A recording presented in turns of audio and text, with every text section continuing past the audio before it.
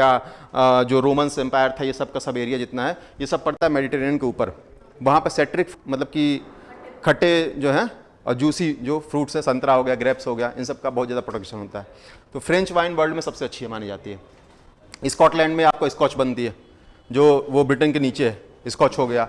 कहीं पर ब्रांडी बनती है, कहीं बर्बन बनती है, कई ब्रांड होते हैं अल्कोहल के आगे पढ़िएगा तो जानिएगा उसके बारे में।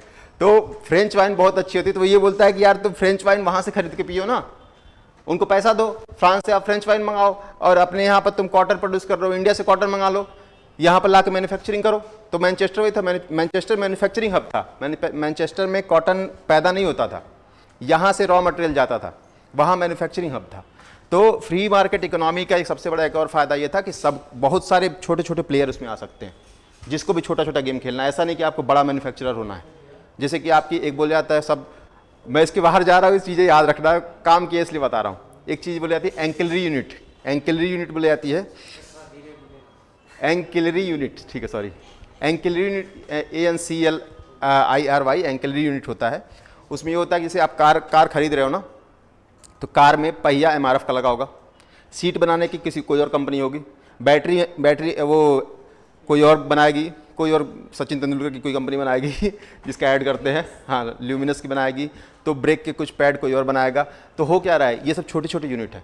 मेन इंजन और मेन जो बॉडी है ये बनाएगी आपकी मारुति। लेट्स सपोज आप मारुति कार ले रहे हो, तो मेन इंजन और मेन जो उसका वो असेंबली यूनिट है वो मारुति लाएगी, वो टायर किसी और कंपनी से लाएगी, कुछ और कंपनी से लाएगी, उसका टायर का प्लग कहीं और से लाएगी, बोल्ट कहीं और से लाएगी। तो these are small small ancillary unit, इनको सहयोगी यूनिट बोला जाता है। एंकिलरी में आई थिंक सहयोगी ही होता है।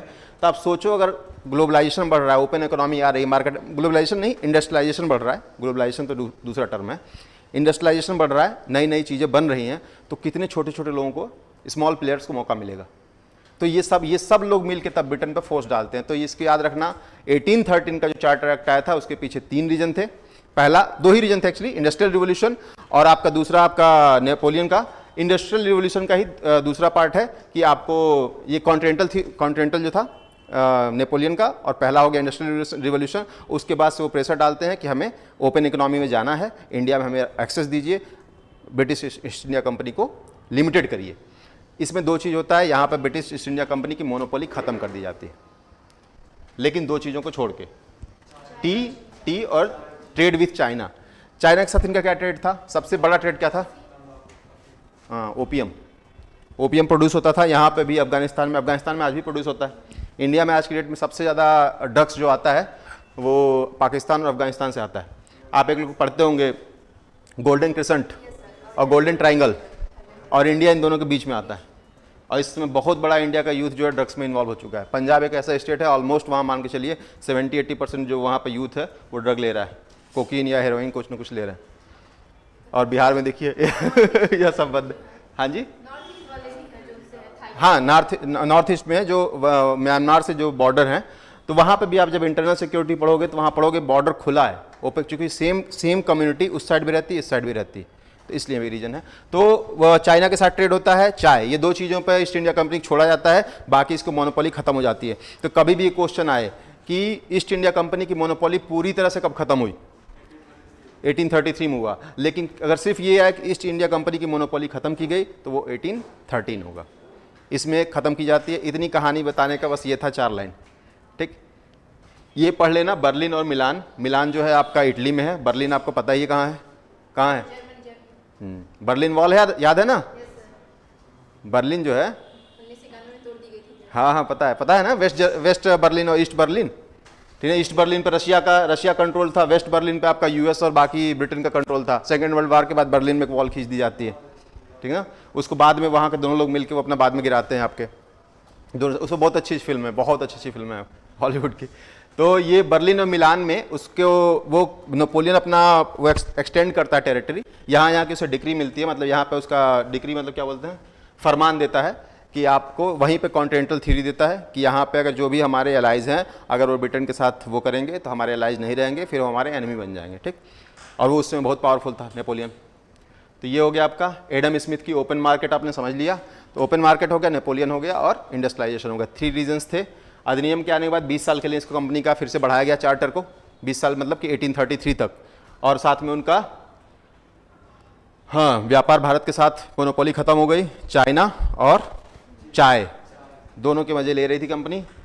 ठीक, उसके बाद से हाँ, इसमें ईसाई मिशनरी जो था, इसके पहले भी ईसाई मिशनरी आती थी। इवन जो डेनमार्क के लोग थे, डेनिस, वो आई थिंक रामचंद्र नगर ऐसे कुछ नाम था उसका, मैं बताऊंगा। नहीं, चंद्रनगर दूसरा था, वो फ्रेंच थी, चंद्रनगर फ्रेंच कॉलोनी थी। राम समथिंग करके नाम है, बंगाल के पास था। वो सिर्फ इसीलिए आए थे डेनमार्क के लोग कि यहाँ पर क्रिश्चियनिटी को फैला सकें। तो ऐसा नहीं था कि इसके पहले क्रिश्चियनिटी यहाँ पर नहीं फैलती थी।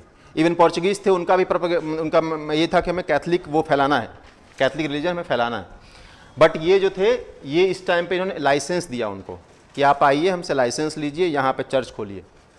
ये एक ऐसी चीज़ होती है जो बाद में आपको पाओगे 1857 में ये भी एक था कि लोग देख रहे हैं कि मिशनरी आ रही हैं और सबको कन्वर्ट कर रही हैं। फिर उसके बाद से एक और, वो आगे पढ़ाऊंगा, एक और लॉ आता है कि पहले ये होता ना कि जो रिलीजन कन्वर्ट कर लिया वो बाप की प्रॉपर्टी से बेदखल हो जाता था। तो बाद में एक और लाते हैं सब कि लॉ कि नहीं, आप कन्वर्ट करके भी बाप की प्रॉपर्टी रख सकते हो। तो इसमें फ्रीडम मिल गया। तो बाकी जो ऑर्थोडॉक्स लोग थे वो अपोज करने लगे। तो आगे के लॉ में है, अभी बस इतना है कि क्रिश्चियन मिशनरी को भारत में जाने की अनुमति मिली है, उन्हें लाइसेंस के तहत बसने का अनुमति देता है। ठीक, सॉरी थोड़ा ये ट्रांसलेशन है तो कहीं गड़बड़ होगा तो देख लेना आप। ठीक, मैंने दोनों डाल दिया है ग्रुप में। आई थिंक 1 लाख रुपया किया गया था साइंस और लिटरेचर के पढ़ाई के लिए, बट ये रुपया कभी मिला नहीं। रुपया आई थिंक 20-30 साल बाद जाके मिलता है। उस टाइम पे जब ये देते हैं तो उस टाइम पे यूएस वाले मतलब यूके वाले भी कहते हैं कि आप ऐसा क्या कर रहे हो, why are you going to teach barbaric people. उनके हिसाब से हम लोग बहुत पिछड़े थे, बारबेरिक थे। तो ये उनका कॉन्सेप्ट था, तो ये उसमें था, बट ये कभी मिला नहीं। बाद में आई थिंक 20-30 साल बाद मिला होगा। तो बस ये था। 1833 आ जाओ, इसमें सारे विशेष अधिकारों को समाप्त कर दिया गया, सारे, हर तरीके से। अंग्रेजों द्वारा भारत के उपनिवेश, हाँ इसमें एक और चीज़ है, ओपन एक्सेस और कर दिया गया। 1813 में लिमिटेड एक्सेस था, भाई चाय का ट्रेड नहीं कर सकते थे, चाइना से नहीं कर सकते थे, और इसमें क्या है, सब कुछ खोल दिया गया। तो इसमें मतलब कि एक फ्लड आ गया कि वहाँ से कोई भी बंदा, पहले तो ये भी था ना कि सिर्फ ब्रिटिश ऑफिशियल आते थे, ईस्ट इंडिया कंपनी का ऑफिशियल आते थे, इंडिया में रहते थे। अब ये जब ये मार्केट फ्री हो गया तो कोई भी आ सकता है, तो जो आएगा यहाँ रहेगा, उसके लिए पूरा एक्सेस खुल गया, तो वो यहाँ पे प्रॉपर्टी एक्वायर करेगा, कब्जा करेगा, बहुत कुछ कर सकता था। तो पूरी तरह जो कॉलोनाइजेशन एक वर्ड है ना, उपनिवेशीकरण का, तो अगर पूछा जाए कब स्टार्ट किया गया फुली, तो ये 1833 में एकदम ओपन हो गया। क्योंकि अब सिर्फ ईस्ट इंडिया कंपनी प्लेयर नहीं है, अब बहुत सारे प्लेयर हैं, पहले सिर्फ वो एक प्लेयर थी। ठीक, हाँ, लॉ कमीशन की नियुक्ति हुई थी। ठीक, इसमें सीआरपीसी और आईपीसी, क्रिमिनल प्रोसीजर कोड होता है और इंडियन पीनल कोड होता है, इसका गठन होता है 1833 में। ये क्वेश्चन आता है, ये क्वेश्चन इंपॉर्टेंट है। मैंने जितने पॉइंट लिखवाए सब प्री के हिसाब से इंपॉर्टेंट है। हिंदी इंग्लिश दोनों पीडीएफ है, आपको ग्रुप में मिल जाएगा। ठीक, तो लॉर्ड मैकाले थे, ये आए थे, इसमें विधि आयोग के अध्यक्ष बने थे, और ये जो गवर्नर जनरल की काउंसिल थी उसमें एक मेंबर ये बनते हैं। ठीक, बट ये परमानेंट नहीं थे, ये बस एडवाइजरी टाइप के थे, याद रखना, परमानेंट मेंबर नहीं थे। ये जीजी हो गया है, गवर्नर जनरल काउंसिल थे, ठीक ना, शॉर्ट फॉर्म में किया था मैंने। तो गवर्नर जनरल काउंसिल में संपत्ति था और उसका पूरा काम विधायी लॉर्ड मैकाले। ठीक है, आप लॉर्ड मैकाले देखते थे, गिव मी 1 मिनट। संपत्ति नहीं होगा, आई थिंक कुछ और होगा। असिस्टेंट के लिए था, वो एसेट था, एसेट हो चुका था, मैं देखा हूँ, एसेट गलती से हो गया है, इंग्लिश में भी गलत हुआ है, वो एसेट हो चुका है, वो एक्चुअली में असिस्टेंट के लिए था। तो गवर्नर जनरल काउंसिल को लॉ के मैटर पे असिस्ट करने के लिए था, वो एसेट वहाँ टाइप हो गया, तो वो संपत्ति यहाँ दिख रहा है, मैं खुद कन्फ्यूज हो गया था। तो असिस्टेंट के लिए था, वो असिस्टेंट करते थे कि लॉ के मैटर में वो क्या क्या करना है। ठीक, ये पहले कानून के मेंबर थे, पहले लॉ मेंबर थे काउंसिल में। लोक सेवाओं में भारतीयों की शिक्षा और रोजगार के लिए अधिनियम की धारा 87, ये याद रखना 87 है। लोक सेवाओं मतलब कि civil services, covenanted civil service उस टाइम पर थी, और कॉर्नवालिस ने उसमें काफ़ी रिफॉर्म किया था। बट कॉर्नवालिस का ये मानना था कि इंडियंस आर करप्ट, तो उसने इंडियन को परमिट नहीं दिया था उस टाइम पे 84 में। और उसके बाद से ये आपके आते हैं, इसमें एक चीज़ और किया था कि जाति के आधार पर, धर्म के आधार पर, descent, birth, place of birth, इन सब के आधार पर डिस्क्रिमिनेशन नहीं था। ठीक, इसको प्रोहिबिट किया गया था। लॉर्ड विलियम बेंटिक, आपको सबको पता होगा, सती प्रथा खत्म किए थे। ठीक, राजा राम मोहन राय के साथ ये पत्ते खेलते थे मतलब उनके अच्छे दोस्त थे, पत्ते नहीं खेलते थे बट अच्छे दोस्त थे। ठीक ना, विलियम बेंटिक इनके काफ़ी अच्छे दोस्त थे। और राजा राम मोहन राय के बारे में आप पढ़ोगे, आप यूपीएससी में क्वेश्चंस आते रहते हैं, स्टेट में नहीं है बट स्टेट में आई थिंक पढ़ना चाहिए। बीपीएससी में 3 ही लोग हैं आई थिंक, गांधी जी हैं, नेहरू जी हैं, और एक लोग और कौन है, टैगोर जी हैं, ठीक। तो उसका रीजन क्या है, टैगोर जी इसी रीजन के थे, बंगाल प्रेसिडेंसी के, और गांधी नेहरू तो ऑब्वियसली मोस्ट इंपॉर्टेंट फिगर है। बट उसके अलावा आपको अम्बेडकर जी को पढ़ लेना चाहिए, राजा राम मोहन राय और ईश्वर चंद्र विद्यासागर, क्योंकि ये लोग, और फिर फुले, ये 3-4 सबसे बड़े रिफॉर्मर, ये आपको कहीं भी काम आएंगे। इनके आपके क्वेश्चंस आते हैं प्रीलिम्स में, कौन कौन सी इन्होंने पत्रिका मैगजीन लॉन्च की थी, कौन सी पेपर चलाते थे, फिर इन्होंने क्या क्या रिफॉर्म किए, कौन कौन से कॉलेज खोले, ठीक। तो ये फिगर आपको हमेशा काम आएंगे। एथिक्स के पेपर लिखते हो तो भी काम आएंगे, कहीं कहीं इनके कोट्स आ सकते हैं, कैसे कैसे। जैसे विद्यासागर थे, उन्होंने अपने बेटे की शादी एक विडो से कराई थी, तो इट्स अ काइंड ऑफ, मतलब कि हाईएस्ट लेवल ऑफ सेक्रीफाइस तो नहीं बोलूँगा, sorry, I am not think it's sacrifice, it's a good thing, but at उस टाइम पे उस सोसाइटी में ये बहुत बड़ी चीज़ थी ना। आज की सोसाइटी में it's a normal thing, but उस सोसाइटी में वो बंदा अपने बेटे की शादी कैसे विडो से कराता, जब विडो को बहुत ही मतलब माना जाता था कि वो ईविल माना जाता था, सोसाइटी से उनको बाहर कर दिया जाता था। हाँ, इवन शादियों में उनको नहीं एंट्री की जाती थी। तो उस टाइम पे बहुत बड़ी हिम्मत किए थे, सही बता रहा हूँ। आज के ज़माने में आदमी आज की डेट में बहुत लोग अपने फ़ायदे के लिए देखते हैं, बट ईश्वर चंद्र विद्यासागर और ये राजा राम मोहन राय, इन लोगों ने बहुत हाई लेवल का सेक्रीफाइस किया था। इवन आप पढ़ोगे, राजा राम मोहन राय के साथ एक लोग और थे, वो पहले थे कि ये बच्चियों की कम एज में जो शादी होती है उसके अगेंस्ट थे। हाँ, नहीं, रनाडे तो महाराष्ट्र के हैं, रनाडे महाराष्ट्र के हैं, वो भी किए हैं, एमजी रनाडे भी किए, लेकिन वो महाराष्ट्र के थे। हमें पूरी बात तो सुनिए आप। तो इन्होंने ब्रह्म समाज बनाया था, अरे राजा राम मोहन राय ने। फिर उसके बाद में ब्रह्म समाज स्प्लिट हो जाता है आदि ब्रह्म में, और जो एक नया ब्रह्म समाज बनता है। तो उसके जो फाउंडर थे वो चट्टोपाध्याय कोई थे, आई फॉरगॉट द नेम। उन्होंने अपनी बेटी की शादी एक यहीं बिहार के कोई थे, जमींदार थे, वो 13 या 14 साल की बेटी थी। तो जीवन भर पीटते रहे छाती कि नहीं, हम जो है बाल विवाह का अगेंस्ट हैं। मौका देखा किसी राजा के घर शादी करने को, तो बेटी की शादी कर दी। तो उसी के बाद से ब्रेकअप हो जाता है, मतलब ब्रह्म समाज का ब्रेकअप हो जाता है वहीं से। तो ये आप पाओगे कुछ लोग हिपोक्रेट होते हैं, या फिर टाइम के साथ वो कॉम्प्रोमाइज़ कर लेते हैं अपने, बट इन दोनों लोगों ने नहीं किया था। तो वो पढ़ोगे विलियम बेंटिक। हाँ, ये क्वेश्चन आ चुका है, दासों का उत्थान, स्लेवरी को कब अबॉलिश किया गया था? 1833 के थ्रू, ठीक, ये किया गया था। बस एक लाइन याद रखना, इस पर कोई मेंस का क्वेश्चन नहीं बनेगा, बट ये है कि हाँ, प्री के लिए इंपॉर्टेंट है, पूछ देता है। दूसरा एक और है, जो वो थे अपने पिंडारी थे, पिंडारी इन्हीं के टाइम पे थे, बेंटिक के टाइम पे थे। उसको मतलब उसको क्रश किसी और ने किया था, बट बेंटिक का टाइम था वो। 1833 महत्व देख लीजिए, गवर्नर जनरल ऑफ, इसमें इंडिया हो गए थे ये, पहले इसके पहले बंगाल थे। Governor general of Bengal become governor general of India, and governor general become governor general of Bengal कब बना था? Governor of Bengal become governor general of Bengal 1773 में, ठीक। तो 73 याद हो गया, 33 याद हो गया, और एक आता है आपका 58 में क्या वायसराय बनेगा, ठीक। और उस समय एक और पोस्ट आती है, हाँ, ठीक। वो वायसराय से ज़्यादा पावरफुल था। नाम सुनने में वायसराय बड़ा लगता है, बट वो जो था वो ज़्यादा, सेक्रेटरी ऑफ स्टेट जो था वो ज़्यादा पावरफुल था, ठीक। हाँ जी, हाँ, सही बात। वो एक्चुअली ब्रिटिश पार्लियामेंट का मेंबर रहता है, और जो वायसराय बोलता है, वायसराय मतलब क्राउन का उत्तराधिकारी बोला जाता है, उत्तराधिकारी या फिर मतलब क्राउन का एक इमेज बोला जाता है, तो वो सिर्फ क्राउन का इमेज था, ठीक। उत्थान भारतीय प्रशासन के समेकन एंड केंद्रीकरण को बोलते हैं।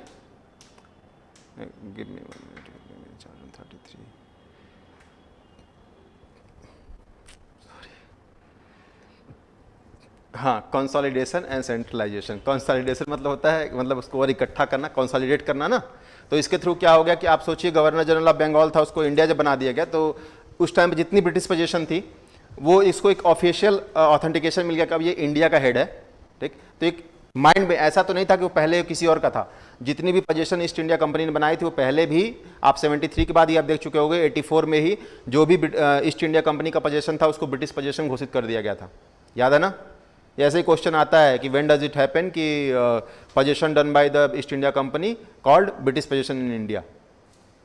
तो ये सिंपल क्वेश्चन ऐसा आएगा कि कब ईस्ट इंडिया कंपनी के द्वारा एक्वायर्ड जमीन को ब्रिटिश पोजीशन बोला गया? तो वो आया था आपका पिट्स इंडिया एक्ट के थ्रू, ठीक। और ये क्या है कि उसी को और कंसोलिडेट कर रहा है कि अब बंगाल को, गवर्नर जनरल ऑफ बंगाल को गवर्नर जनरल ऑफ इंडिया बोला जाएगा। ये कंसोलिडेशन और सेंट्रलाइजेशन सेंट्रलाइजेशन क्या होता है, जब मैं आपको गवर्नर अलग से पढ़ाऊंगा, गवर्नर जनरल, तो आप पाओगे जो वो था ना, कॉर्नवालिस था, वो डिसेंट्रलाइज किया था। उसने थाने बनाए थे अलग अलग, दरोगा की पोस्ट लाया था, ठीक, और उसने बहुत सारे, इवन इसने रेवेन्यू में भी बहुत सारा काम किया था। विलियम बेंटिक क्या करता है कि वो जो आपका आज की डेट में से डीएम होते हैं, डीएम के पास पुलिस की भी पावर होती है, ठीक, जहाँ पर कमिश्नरेट नहीं है वहाँ पे अगर एसपी को लाठी चार्ज करना या फायरिंग करनी है तो वो डीएम से परमिशन लेके आएगा।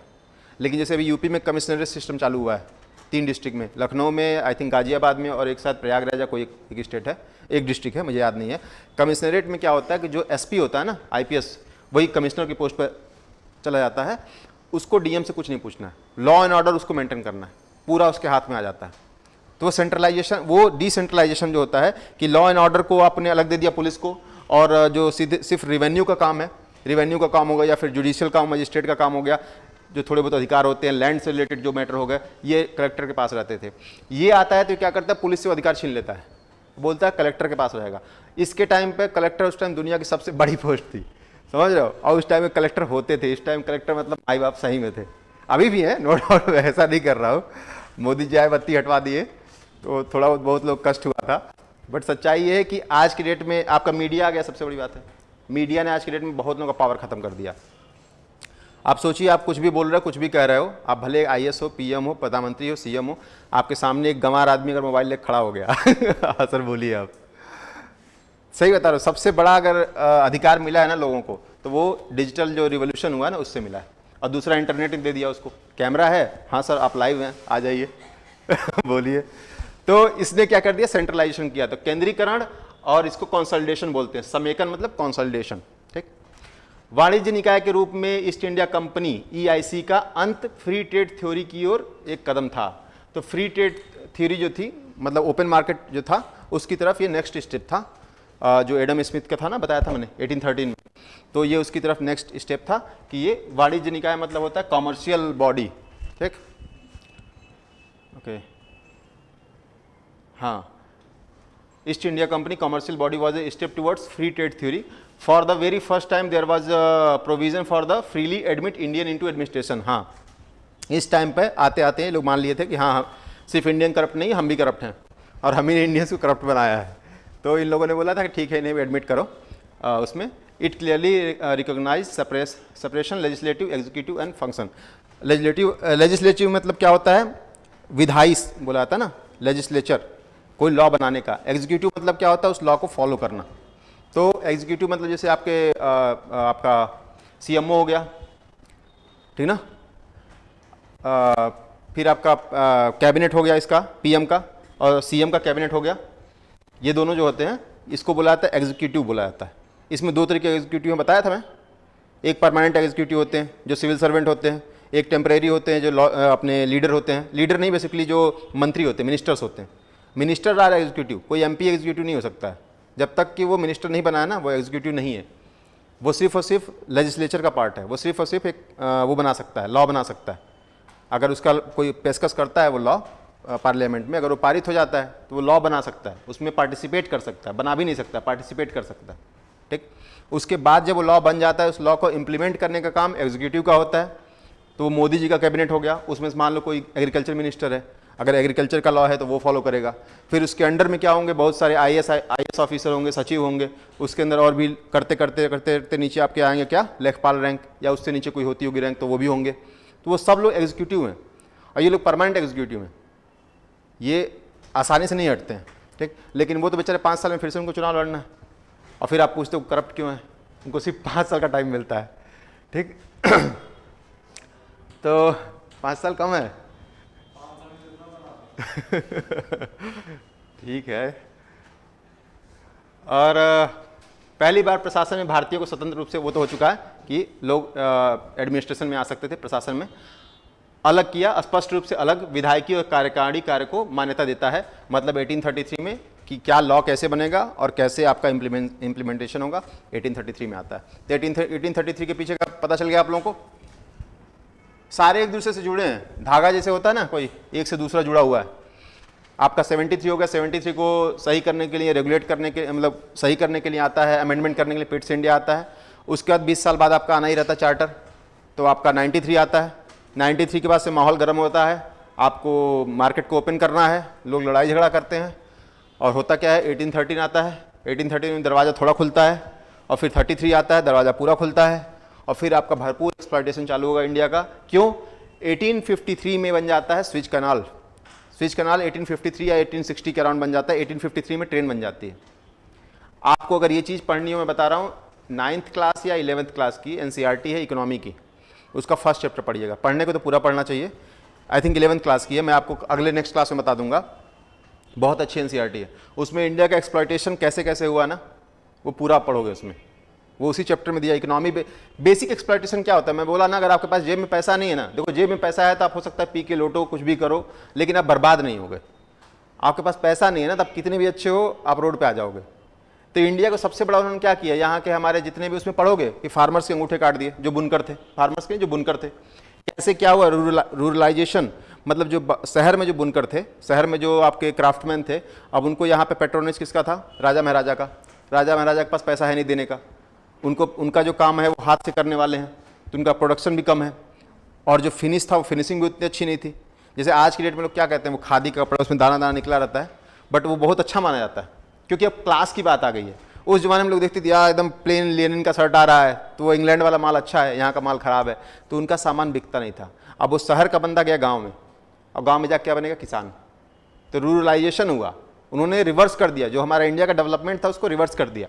और गाँव में गए तो वहाँ जमींदार है।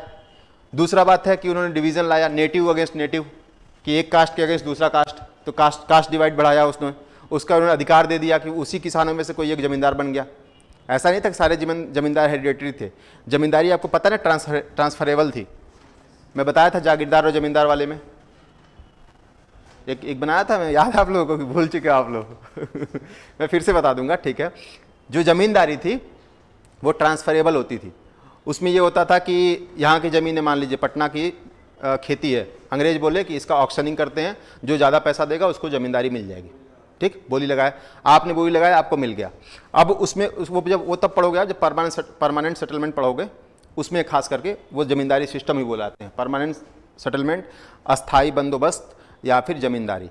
अगर आपसे मैंने बोला कि आप साल में हमको 100 रुपये कमा के दोगे, आप दोगे? अरे यार मैं आपको ज़मींदार बना नहीं दोगे दोगे। और मान लो आप 100 नहीं दे पाए तो मैं क्या करूँगा, मैं फिर से ऑक्शनिंग करूँगा और आपकी ज़मींदारी अगर ये देंगे मुझे 100 रुपये, इनको दे दूँगा। तो ये ट्रांसफरेबल हो गया। हेरिडेटरी क्या हुआ, आप दे रहे हो, आपके बाद आपके नन्हे मुन्ने आए, वो भी दे रहे हैं कि हाँ सर हम 100 रुपये देंगे, तो हम बोलेंगे तुम ही रखो तब। तो ये हेरिडेटरी हो गया। तो वो हेरिडेटरी भी थी और ट्रांसफरेबल भी थी। ठीक क्या होगी, कहाँ चलेगा। तो ये चीज़ था आपका। हाँ, 6 नए सदस्यों की गवर्नर जनरल में निर्माण किया जाता है और परिषद के विधायकी कार्य और कार्यकारी कार्य को किया जाता है। ये बता चुका हूं मैं, विधायकी मतलब लॉ बनाना, और ये हो गया आपका वो 6 नए सदस्य जुड़ते हैं। ये आपको पता है कि पिट्स इंडिया एक्ट जब आता है उसके बाद से आपके 4 हो जाते हैं, मतलब 4 से 3 हो जाते हैं। 73 में 4 बनते हैं, governor general plus 4। Pitt's India में 1 कम कर दिया जाता है, प्लस वीटो दे दिया जाता है, और अब आपके 6। ठीक, इसमें सिविल सेवाओं के चयन भर्ती की प्रतियोगिता प्रणाली शुरू कर दी जाती है, शुरू और खुली। और अनुबंधित सिविल सेवा अब भारतीयों के लिए भी खोल दी गई। और ये कोवेनेंटेड मतलब होता है अनुबंधित। कोवेनेंटेड वही था जो सिविल सर्विस आज के डेट में आपका IAS है, IAS या IPS जो भी है। 1854 में मैकाले समिति नियुक्त की गई थी इसी रिलेटेड में, 1854 में। ठीक, 53 के बाद से होता है। आई थिंक हम लोग 53 पे ही आ गए, ये 53 चल रहा है। ठीक, और उसके बाद से सत्येंद्रनाथ टैगोर, ये नाम पूछता है कई बार। हाँ जी, हाँ, फर्स्ट लिखा है मैंने, अक्षराक्षर शब्द में। इस परीक्षा को उत्तीर्ण करने वाले प्रथम भारतीय थे। ये क्वेश्चन हर जगह आता है, घूम फिर के आता है। और सत्येंद्रनाथ टैगोर, फिर रविंद्रनाथ टैगोर और एक और टैगोर थे, ये 3 लोगों का नाम कहीं कहीं कन्फ्यूज करता है। हाँ, देवेंद्रनाथ टैगोर उनके फादर थे शायद, या ब्रदर थे। उन्होंने वो किया था ना, पेंटिंग का काम किया था। 1905 में जब बंगाल विभाजन होता है आपका, तो उस टाइम पे इंडियन स्कूल्स खुलते हैं जिसमें अलग अलग कई जगह पे पेंटिंग, कहीं म्यूजिक वो किया जाता है। तो उसमें वो पेंटिंग वाला काम था, उनका था, देवेंद्रनाथ टैगोर का। कोर्ट ऑफ डायरेक्टर को भारतीय नियुक्ति के संरक्षण से वंचित कर दिया। इसका रीजन बता सकते हैं? कोर्ट ऑफ डायरेक्टर कौन थे, कोई बताएगा? चिल्ला चिल्ला के पढ़ाया हूँ, गला फाड़ के पढ़ाया हूँ। जो मतलब दीवानी नाम क्या बोलते हैं? दीवानी, दीवाना, फौजदारी फौजदारी मामले फौजदारी, देखते थे, हाँ। क्या बात। दो था ना, कोर्ट ऑफ डायरेक्टर और एक था। क्या बात है, क्या बात है, कुछ तो सही बोले आप। कोर्ट ऑफ डायरेक्टर लेकिन नहीं बताया आप। हम पूछेंगे आम तो बताओगे पेड़।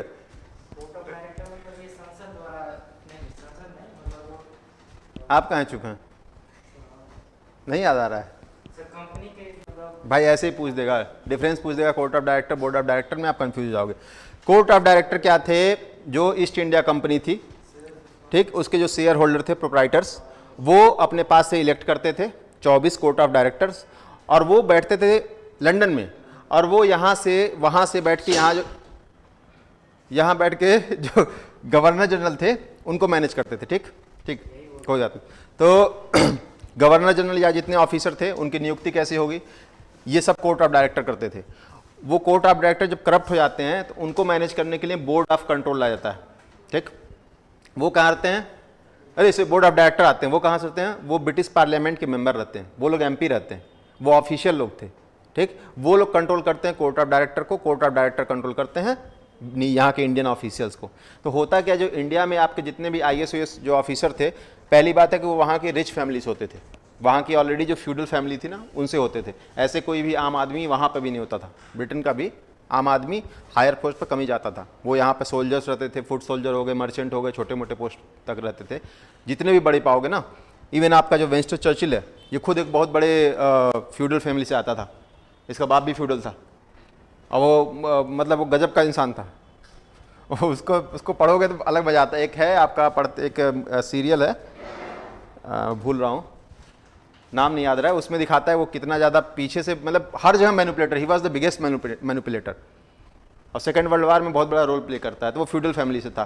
तो ये लोग कोर्ट ऑफ डायरेक्टर पहली बात ये देखते थे कि कौन हमारी फैमिली से आ रहा है, हमारे चाचा भतीजा। दूसरा बात ये लोग करप्ट भी थे, तो जिसको बनाएंगे वो पैसा देगा। तो इसमें क्या किया जाता है कि इनको अब अपना यहाँ पे जो नियुक्ति है ये नहीं करेंगे, अब ये गवर्नमेंट के थ्रू यहाँ नियुक्ति होगी। ठीक, पहली बार भारतीय विधान परिषद में कानूनी प्रतिनिधित्व पेश किया जाता है। ठीक, गवर्नर जनरल के 6 नए सदस्यों में से विधान परिषद के 4 को मद्रास, बॉम्बे, बंगाल, आगरा नियुक्त किया। हाँ, जो मद्रास, बॉम्बे और आपका आगरा है, इन लोगों को वहाँ से नियुक्त, मतलब वहाँ से इनको चुना जाता था, जो अलग अलग प्रेसिडेंसी थी।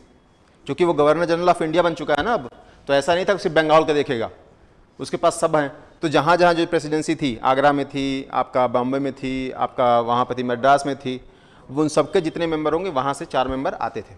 ठीक, और 10, हाँ एक और चीज़ में था कि अगर कोई 10 साल तक कंपनी में काम किया है, कोई भी हो, छोटा से छोटा बंदा भी हो, 10 साल तक काम किया, वो अप्लाई कर सकता था।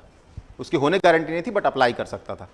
इससे एक और चीज़ होता है ना कि भाई छोटे को भी आप पाओगे, ब्रिटेन की जो पुलिस सिस्टम है वहाँ सबसे अच्छी बात है कि वहाँ सिपाही जो होता है पोस्ट पर ना, वहाँ रिक्रूट होता है, फिर विभागीय भर्ती होती है, होते होते हाईएस्ट पोजीशन पहुँचता है। तो उससे क्या होता है, जो सिपाही ने ग्राउंड पर देखा है उसको एक पहली बात एक ऑप्शन है कि उसको पता है किस दिन में अच्छा काम किया तो उसके पास वो हाईएस्ट पोजीशन में जा सकता है, SP कमिश्नर बन सकता है। तो उसके पास हमेशा मोटिवेशन रहता है अच्छा काम करने का। दूसरा बात है, जो बाद में बंदा सिपाही ग्राउंड पर काम किया है वो नीचे की प्रॉब्लम्स को जानता है कि भीड़ को कैसे कंट्रोल करना है, लोगों की प्रॉब्लम क्या होती है। और इंडिया में क्या किया अंग्रेजों ने, जो सिविल सर्विस लाया उसमें ये कर दिया कि हम ऑफिसर्स ऊपर से डालेंगे और लेबर नीचे के रहेंगे, और वही चीज़ हम अपना लिए। आज की डेट में आप हमेशा क्वेश्चन पाओगे UPSC में या कहीं कहीं कि how to reform civil service, specially the police service. India में जो हाईएस्ट करप्ट सिस्टम है वो है पुलिस में। और दूसरी बात है, पुलिस में समझ लो कि एक डिफरेंस होता है कि मैं IPS रैंक का हूँ तो मेरी जात वाले अलग हैं, तुम स्टेट के हो, CO हो, तुम्हारी जात अलग है, दरोगा हो तुम्हारी, क्योंकि भाई बात है एक सिपाही अगर बनता है तो अपनी ज़िंदगी का पूरा दम लगा दो, कभी SP नहीं बन सकता इंडिया में। ठीक, वो हाईएस्ट जाएगा CO रैंक तक पहुँच, बहुत हुआ वो भी तब जब उसकी जात बिरादर की सरकार हो। टू बी ऑनेस्ट यही होता है। एक दरोगा बनता है तो इट्स वेरी रेयर कि वो शायद कभी पहुँच पाए आपके SSP या SP लेवल तक, इट्स वेरी रेयर, वो मर जाएगा कभी नहीं पहुँचेगा। DSP तक पहुँच जाए बहुत बड़ी बात है, बहुत बड़ी बात है, बता रहा हूँ ना। तो उसका रीजन क्या है, वो कभी वो काम ही नहीं करना चाहेगा, मोटिवेट अच्छा काम ही नहीं करना चाहेगा, कभी मोटिवेशन ही नहीं है उसके पास। उसको पता है कि मैं ऊपर जा ही नहीं सकता हूँ, तो उससे अच्छा है जितना बटोर सकता हूँ बटोर लूँ। तो सबसे बड़ा जो इंडिया का पुलिस सिस्टम का फ्लॉ है यही है। ब्रिटेन में इन्होंने किया था कि जो 10 साल तक काम करेगा वो ऊपर की पोस्ट तक अप्लाई कर सकता है। इट मीन्स कि कोई न कोई कभी न कभी हुआ होगा। और आज भी इनका पुलिस सिस्टम वही है कि सबसे नीचे सिपाही लेवल पर होते हैं, विभागीय भर्तियाँ होती हैं, प्रमोशंस होते हैं, और वो नीचे वाला बंदा ही लास्ट में ऊपर पहुँचता है। तो वो एक सिपाही के लिए भी इंडिया में, अब आप सच्चाई बता रहा हूँ, मैं कैमरे बता रहा हूँ, ऐसी ऐसी हालत है कि पुलिस वाले जाते हैं, सिपाही जो जाता है किसी एसपी के घर शादी में जाके सब्जी काटता है, जाके वहाँ पर सफाई करता है, वहाँ पर जाके उनके यहाँ मिठाई बनवाता है, वो पुलिस वाला है। ठीक, आप उसके लिए अलग वर्कर रख सकते हो, आप पुलिस में भी होते हैं, कुक वगैरह होते हैं, आप उनको हायर कर सकते हो। लेकिन क्या है कि अगर एसपी साहब ने बोल दिया करना है तो करना है, तो उससे क्या वो कभी उसका अफेक्शन होगा ही नहीं, न जनता के प्रति न सिस्टम के प्रति, कभी उसका प्रेम आएगा ही नहीं। लेकिन इनमें नहीं है, इन्होंने ऐसा किया कि सबको इक्वल रखा है। ठीक, इसलिए सीओडी की संख्या को 24 से घटाकर 18 कर दिया। सीओडी बताया कोर्ट ऑफ डायरेक्टर, ठीक ना, जिनमें से 6 को क्राउन जो होगा वो अब नियुक्त करेगा। तो 18 में से पता चला 12 जो थे वो आपके कंपनी वाले करते थे, प्रोप्राइटर जो शेयर होल्डर थे उन्हीं को प्रोप्राइटर कहा जाता है। ठीक, आप खुद का बिजनेस खोलोगे तो लोग लिखवाते हैं फलाने प्रोप्राइटर। ठीक, तो ये जो है इनमें से 6 जो था वो ताज के द्वारा, मतलब क्राउन के द्वारा नियुक्त किए जाते थे। अब आ जाते हैं 53 का महत्व। लेडन हॉल जी, नहीं तो आप नाम रख सकते हो प्रोप्राइटर, आप खुद अपनी कंपनी के बन सकते हो। प्रोप्राइटर मतलब होता है कि जो कंपनी है उसके प्रमोटर और फाउंडर आप ही हो, आप हुई उसके हिस्सेदार हो, उसकी हानि और लाभ के जिम्मेदार आप हो। सीधा सीधा बेसिक फंडामेंटल ये है उसका। आप आज इंडिया में बहुत सारी देखोगे कंपनियां, उसके नीचे लिखा होता है प्रोप्राइटर फलाने। ठीक, इवन लोग ट्रैवल एजेंसी खोल देते हैं, नीचे लिख देते हैं प्रोप्राइटर। हमारे टाइम में याद है एसटीडी, तब एसटीडी चलता था, पीसीओ चलता था। अब पीसीओ नहीं चलता, जाके लोग फ़ोन करते थे 2005-6 तक, आई थिंक 8 तक था ये। हमारे टाइम क्या है, मतलब ऐसा देखी बहुत पहले की बात है, आप लोग भी देखे होंगे। हाँ, तो वहाँ पे बहुत सारे लोग लिखते थे प्रोप्राइटर, मुझे याद है इसलिए मैं बता रहा हूँ, एग्जाम्पल बता रहा हूँ कि बहुत सारे लोग लिखते थे। तो प्रोप्राइटर मतलब होता है कि आपकी कंपनी के आप ही ओनर हो, आप उसके घाटे नुकसान के जिम्मेदार आप बनते हो। तो जो शेयर होल्डर होते हैं वो क्या करते हैं, वो अगर कंपनी घाटे में जाएगी तो वो भी घाटे में जाएंगे। आप इकोनॉमी में भी पढ़ोगे शेयर होल्डर क्या होते हैं और बॉन्ड क्या होता है। अगर आपने कंपनी को सिर्फ लोन दिया है तो कंपनी घाटे में जाए फायदे में जाए, कंपनी को आपको पैसा देना ही देना है। डिबेंचर पढ़ोगे, कैपिटल पढ़ोगे, ठीक ना, डिबेंचर, और फिर उसके बाद आप शेयर पढ़ोगे। शेयर में क्या होता है कि आप कंपनी के हिस्सेदार हो, कंपनी अगर घाटे में जाएगी तो आप घाटे में जाओगे, कंपनी फायदे में है तो आप बहुत पैसा कमाओगे। ठीक, तो प्रोप्राइटर वो थे, प्रोप्राइटर कोर्ट ऑफ डायरेक्टर को नियुक्त करते थे। जो पहले 24 होते थे उसको घटा के 18 कर दिया गया। उस 18 में से 6 को अब क्राउन नियुक्त करेगा, अब बाकी जो 12 होंगे वो कंपनी के थ्रू आएंगे। यह अधिनियम इस बात का संकेत था कि कंपनी का शासन अधिक समय तक चलने वाला नहीं था। इसका रीजन बता दीजिए, बताइए कि नहीं तो मार्ग तो 33 में खुल गया था ना। तो ये संकेत क्यों था? संकेत इसलिए था कि इसके पहले जितने भी चार्टर आए थे उसमें टाइम था कि आपका 20 साल तक आपको कोई डिस्टर्ब नहीं करेगा। समझ रहे हैं? 1813 आता है तो 20 साल का टाइम उनको एक्सटेंड किया जाता है उनका चार्टर। लेकिन इसमें कोई भी टाइम लिमिट नहीं है। इसमें यह है कि बेटा तुम्हारी दुकान चलेगी, जिस दिन हम चाहेंगे बंद हो जाएगी। और होता क्या है, इसके 5 साल बाद ही दुकान इनकी बंद हो जाती है। समझ रहे आप? तो ये डिसेंट्रलाइजेशन हो चुका था साथ में, और उसके बाद से कंपनी के जो अधिकार थे वो कम हो चुके थे। क्राउन उसमें इन्वॉल्व हो चुका था, ब्रिटेन का पार्लियामेंट इन्वॉल्व हो चुका था, 73 से इन्वॉल्व हो रहा था। होते होते उन्होंने इतनी पैठ बना ली थी कि अब उनको। और एक और चीज़ था इसके पीछे, एक और रीजन था, कंपनी का पॉलिटिकल पावर अच्छा था। कंपनी ने यहाँ पे सोचो सारी जितनी लड़ाई लड़ी ऑलमोस्ट सारी जीती। पहली बार नहीं जीता, दूसरी बार, दूसरी नहीं तो तीसरी बार, कहीं न कहीं से लास्ट में उन्होंने टेरिटरी को एक्वायर किया ही किया। चाहे बंगाल हो, चाहे आपका मैसूर हो, चाहे मराठा हो, चाहे सिख हो, चाहे हैदराबाद हो, चाहे फ्रेंच हो, डच, पोर्चुगीज, डेनिश, 10 लोगों को हरा के तब जाके बाप बने थे। और कौन इसमें किया था? ईस्ट इंडिया कंपनी ने किया था। मैं नेक्स्ट लेक्चर में पढ़ाऊंगा आपको कि 2 तरीके के होते थे। एक होते थे ट्रूप्स होते थे जो लड़ाई लड़ते थे, एक क्राउन की आर्मी होती थी। तो क्राउन की आर्मी तब आती थी जब ट्रूप्स जाके लड़ाई करके वहाँ कब्जा कर लिया, 8-10 साल वहाँ राज करके पूरा सिस्टम, या 2-4 साल में पूरा सिस्टम मैनेज कर लिए। अब वहाँ पर रूल करने के लिए क्वीन की आर्मी आती थी, जो क्राउन आर्मी थी वो आती थी। तो मेन काम जो ट्रूप्स आर्मी थी जिसमें सबसे ज़्यादा इंडियन सोल्जर थे वो करती थी। तो इसमें क्या कर दिया गया कि इनका जो कंपनी का शासन था वो पॉलिटिकल तो था लेकिन इकोनॉमिकली अब उतना वायबल नहीं रह चुका था। मार्केट खुल चुका था 13 से, ठीक, 13 से खुला, फिर 33 में खुला, 40 साल में मार्केट इतना हो गया था कि कंपनी के पास कॉम्पिटिटर बहुत बढ़ गए थे। तो कंपनी का इकोनॉमिक कमर्शियल वायबिलिटी खत्म हो चुकी थी। वायबिलिटी मतलब होता है कि उसकी उपयोगिता, उसकी कमर्शियल उपयोगिता खत्म हो चुकी थी, पॉलिटिकल उपयोगिता रहती है। तो ये बोल दिया था कि आपका बेटा अभी टाइम आपको बताएंगे नहीं, जिस दिन हमारा मन करेगा उस दिन आपका कमर्शियल मैटर खत्म कर देंगे, ठीक। और इसमें भारत में संसदीय प्रणाली की शुरुआत होती है। ये कहाँ समझ में आ रहा है आपको? कैसे बताइए? विधान परिषद में तो बाहर क्यों होता होगा ये? अभी कहाँ होगा, आगे होगा ना। अरे यहाँ पे आपका जो ये है मेंबर आपके जो ये थे इलेक्टेड होके आने लगे ना, छः विधान परिषद में क्या हुआ, ये इंडियन, आप इसको कभी इंडियन पार्लियामेंट से मत समझो। जब आप पॉलिटी पढ़ोगे तो पॉलिटी में लक्ष्मीकांत के फर्स्ट चैप्टर में सारी चीज़ें हैं। होता क्या है कि इसमें मेंबर अलग अलग प्रांतों से जोड़ दिए जाते हैं ना, अलग अलग प्रांतों से लोग लाए जाते हैं। तो संसदीय मतलब कि अब डिसीजन जो होगा वो सबके सम्मेलन में मेजॉरिटी से लिया जाएगा, समझ रहे हो। वैसे अभी भी ओवर राइडिंग पावर जो है वो गवर्नर जनरल ऑफ इंडिया के पास है स्पेसिफिक मुद्दों में, बट ये लोग इंटरवेन कर सकते थे। तो संसदीय मतलब क्या होता है कि सबके डिबेट से सारी चीज़ें हो रही हैं। तो ये सारे के सारे आपके ख़त्म हो गए। अब नेक्स्ट में हम लोग चालू करेंगे, नेक्स्ट क्लास में आपका क्या कहते हैं 1857 और उसके पीछे के रीजन, और साथ में उसके पहले कुछ पॉलिसी बताऊंगा, ब्रिटिश की कौन कौन सी पॉलिसी थी। बट अभी मैं कुछ क्वेश्चंस करा देता हूँ। एक चीज़ और पूछ रहा था, मुझे सर ने बोला है लाइव ये लेने के लिए, क्वेश्चंस कराने के लिए ऑनलाइन। मेरा क्वेश्चन ये है कि मैं ऐसा कर दूं क्या कि पर डे क्लास के बाद 50 क्वेश्चन यहाँ लूँ, वो लाइव ले लिया करूँ, क्योंकि फिर मुझे 2 बार क्लास लेना पड़ेगा। हाँ चलिए, तो मैं बता देता हूँ, कल से अगर हो सकता है अगर लाइव होगा तो पहली क्लास हम लोग कर लेंगे अपना यहाँ पे रिकॉर्डेड जो होगा, और बाद में पूरा लाइव हो जाएगा। लाइव में थोड़ा मुझे ज़्यादा फॉर्मल होना पड़ेगा ठीक। ये आप लोग कर चुके थे, आई थिंक 13 तक हो चुका था।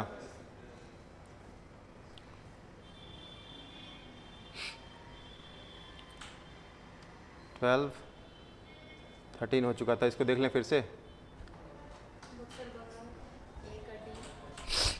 क्या होगा बताइए?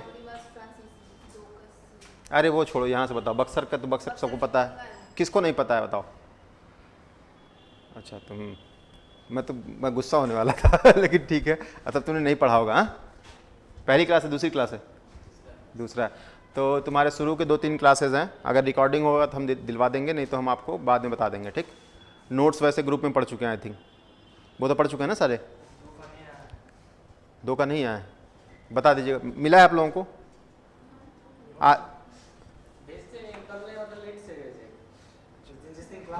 तुम ना बाबू हमसे 150 पेज उस दिन लिखवाए हो, मार्क करवाए हो। 150 पेज पढ़ लिए पूरा पूरा?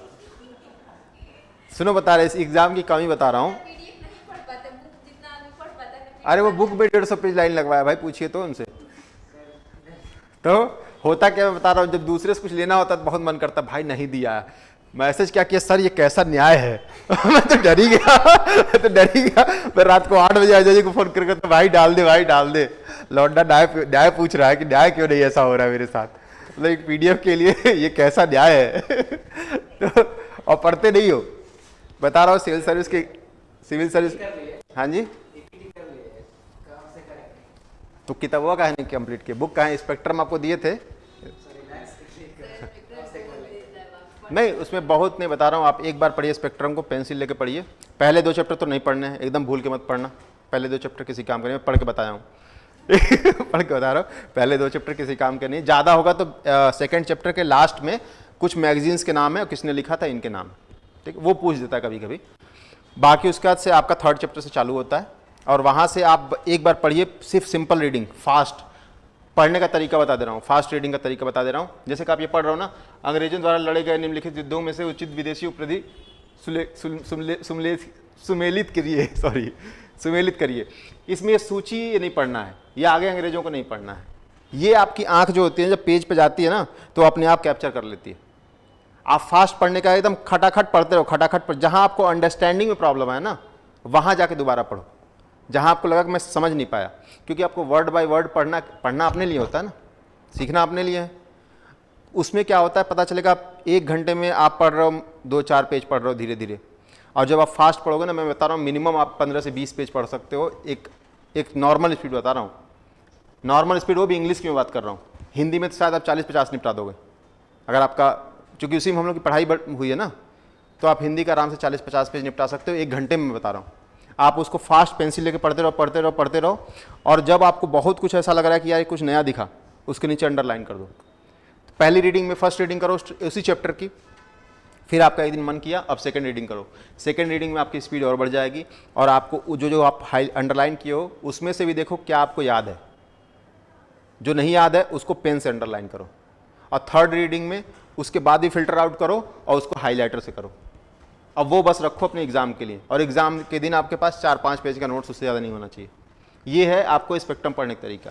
अगर आपको मेंस करना है तो यही, जब 3-4 रीडिंग कर लिए तो उसके बाद से आपके टॉपिक लेने चाहिए, पुराने पेपर उठाइए, क्या क्या पूछते हैं, कौन कौन से टॉपिक से हैं, वो टॉपिक नोट करिए, उसके आंसर लिखिए, और उसके बाद वो आंसर को क्रिस्प फॉर्म में रखिए, मतलब कि 3-4 लाइन का इंट्रो, और उसके बाद से बॉडी और कंक्लूजन। आपके पास बने बनाए 3-4 कंक्लूजन होने चाहिए।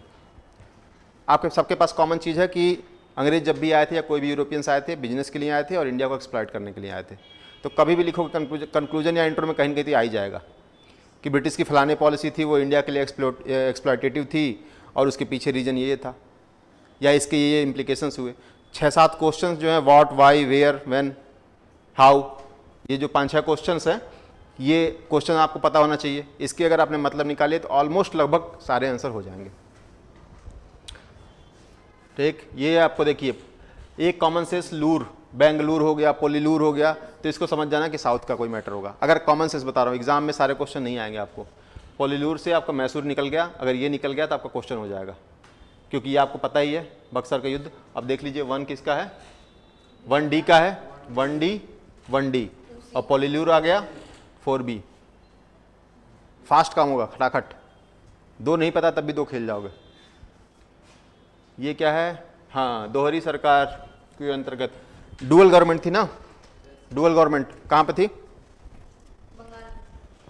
बंगाल में थी ना। आगे बताइए क्या था उसमें, आगे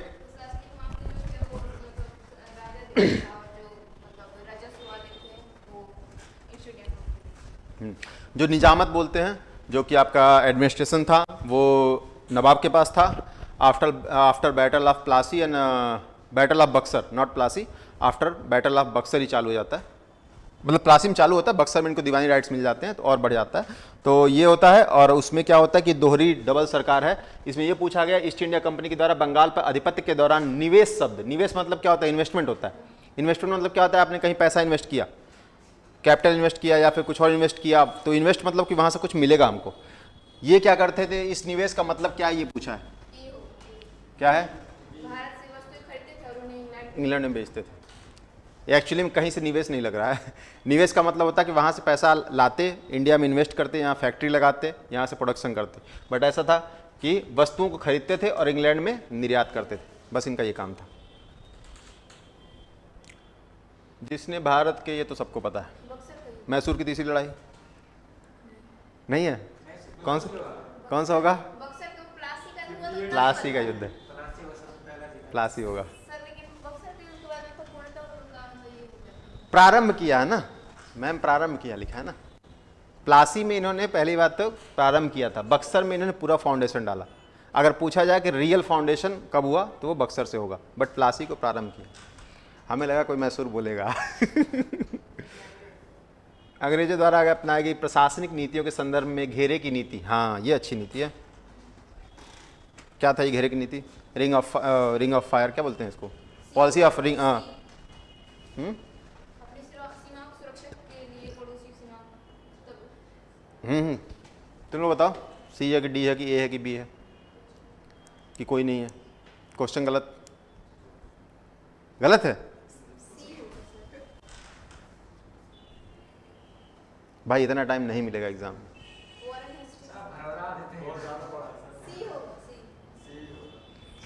सी है भाई। इसमें होता क्या था, कोई बताएगा? मतलब रिंग ऑफ फेंस था ना कि ना हम आपकी ओर जाएंगे, मतलब आपकी दखल अंदाजी देखिए होता ये था कि मान लीजिए यहाँ दिखेगा ना, मान लीजिए ये बंगाल का एरिया है, इधर ये अवध का एरिया है, ठीक।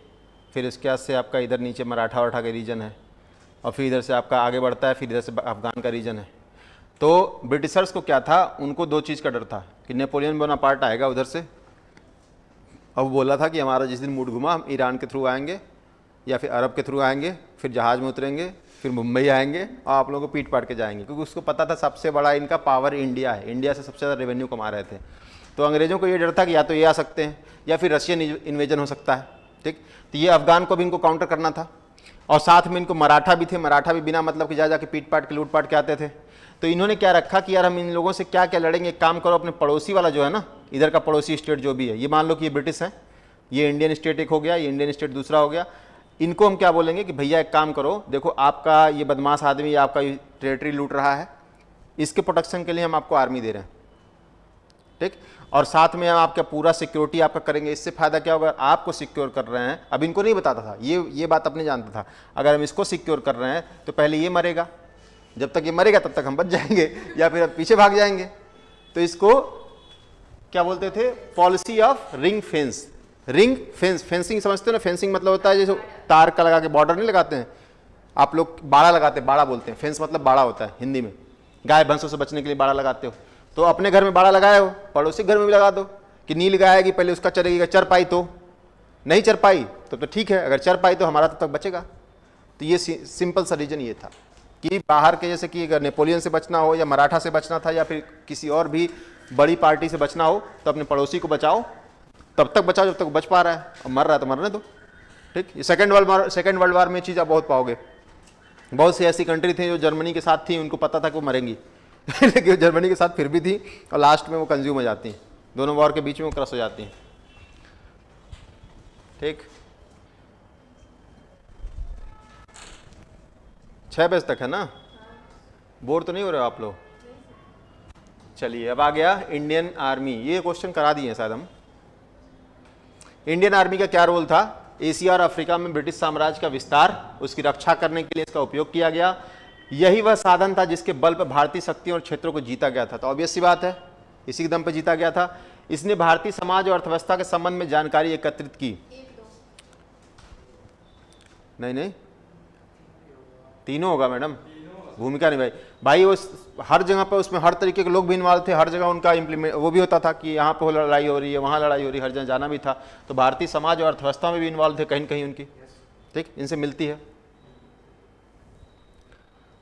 ये आ जाओ, ये भी पढ़ाया नहीं मैंने। नेपाल के साथ होती है, अंबू वर्मा, 1-2 तो सही है। डमडम कहाँ हुआ था? ये नहीं पता। गंडमक, गंडमक रीजन है आपका अफगानिस्तान और पाकिस्तान के पास का रीजन है। तो ये अफगानिस्तान के साथ हुआ था सेकंड अफगान वार के बाद। ये अभी पढ़े नहीं है, पढ़ लेंगे। और ये जो है सुगौली वाला जो मैटर है ना, ये अभी भी नेपाल कभी कभी उठाता है, याद है? इंडिया से भी बॉर्डर डिस्प्यूट का मैटर उठाया था, मतलब कोई मैटर नहीं है लेकिन उसको चाइना बैक करता है। और चाइना ने वहाँ के सारे, छोटी सी तो पार्लियामेंट है उनकी, यूपी से भी छोटे हैं चाइना पैसा देके सबको खरीद लिया है, जब सबको खरीद लेता है जब चाहे तब चेंज करता है। यार एक चीज़ याद रखिए, आप हिस्ट्री पढ़ रहे हो अगर, तो इसमें अंग्रेजी हर जगह होंगे, तो यूज़ योर कॉमन सेंस। यहाँ पर अंग्रेज और अफगान थे, यहाँ पर अंग्रेज और वर्मा का वो था, और यहाँ पर अंग्रेज और नेपाल थे, ठीक। ये लोग कुमाऊँ का रीजन जो है, गढ़वाल का रीजन है, ये छोड़ देते हैं। सिक्किम में इनका कब्जा था, समझ रहे हो, ये लोग सिक्किम को भी छोड़ देते हैं। तो ये सब अंग्रेजों ने उस टाइम पे टेरिटरी एक्वायर की थी इनसे सुगौली की संधि में। अगर यांडबू की संधि जो थी ये बर्मा के साथ हुई थी, जो बर्मा एनेक्सेशन होता है, चूँकि आसाम वगैरह पार्ट था ना बंगाल प्रेसिडेंसी का, बाद में ये लोग और एनेक्सेशन करते हैं, आगे तक चले जाते हैं। इवन बर्मा जो था इन्हीं की टेरिटरी थी। इंडिया के आज़ाद होने से कुछ साल पहले इन्होंने बर्मा को अलग किया था। 1824 में आंदो की संधि हुई थी। तो ये हो गया, ये भूटान नहीं है, यहाँ पे आपका अफगान है, गंडमक की संधि, और यांडबू हो गया, और ये हो गया। इसमें से क्या होगा, एक चीज़ और बता रहा हूँ, इसमें से अगर आपको तीसरा गलत पता है, हाँ 1-2 होगा इसका। हड़प नीति, ये डॉक्ट्रिन ऑफ लैप्स है, सही है, ए होगा, 1-2 सही है।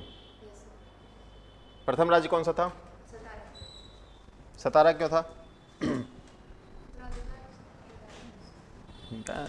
अंग्रेजों को क्या इस सो के उठते थे, आज इसको उठा लेते हैं, आज इसको, आज ये राज्य कब्जा कर लेते हैं, ऐसा थोड़ा था भाई, पॉलिसी थी अंग्रेजों का। हर काम के पीछे आप पाओगे पॉलिसी।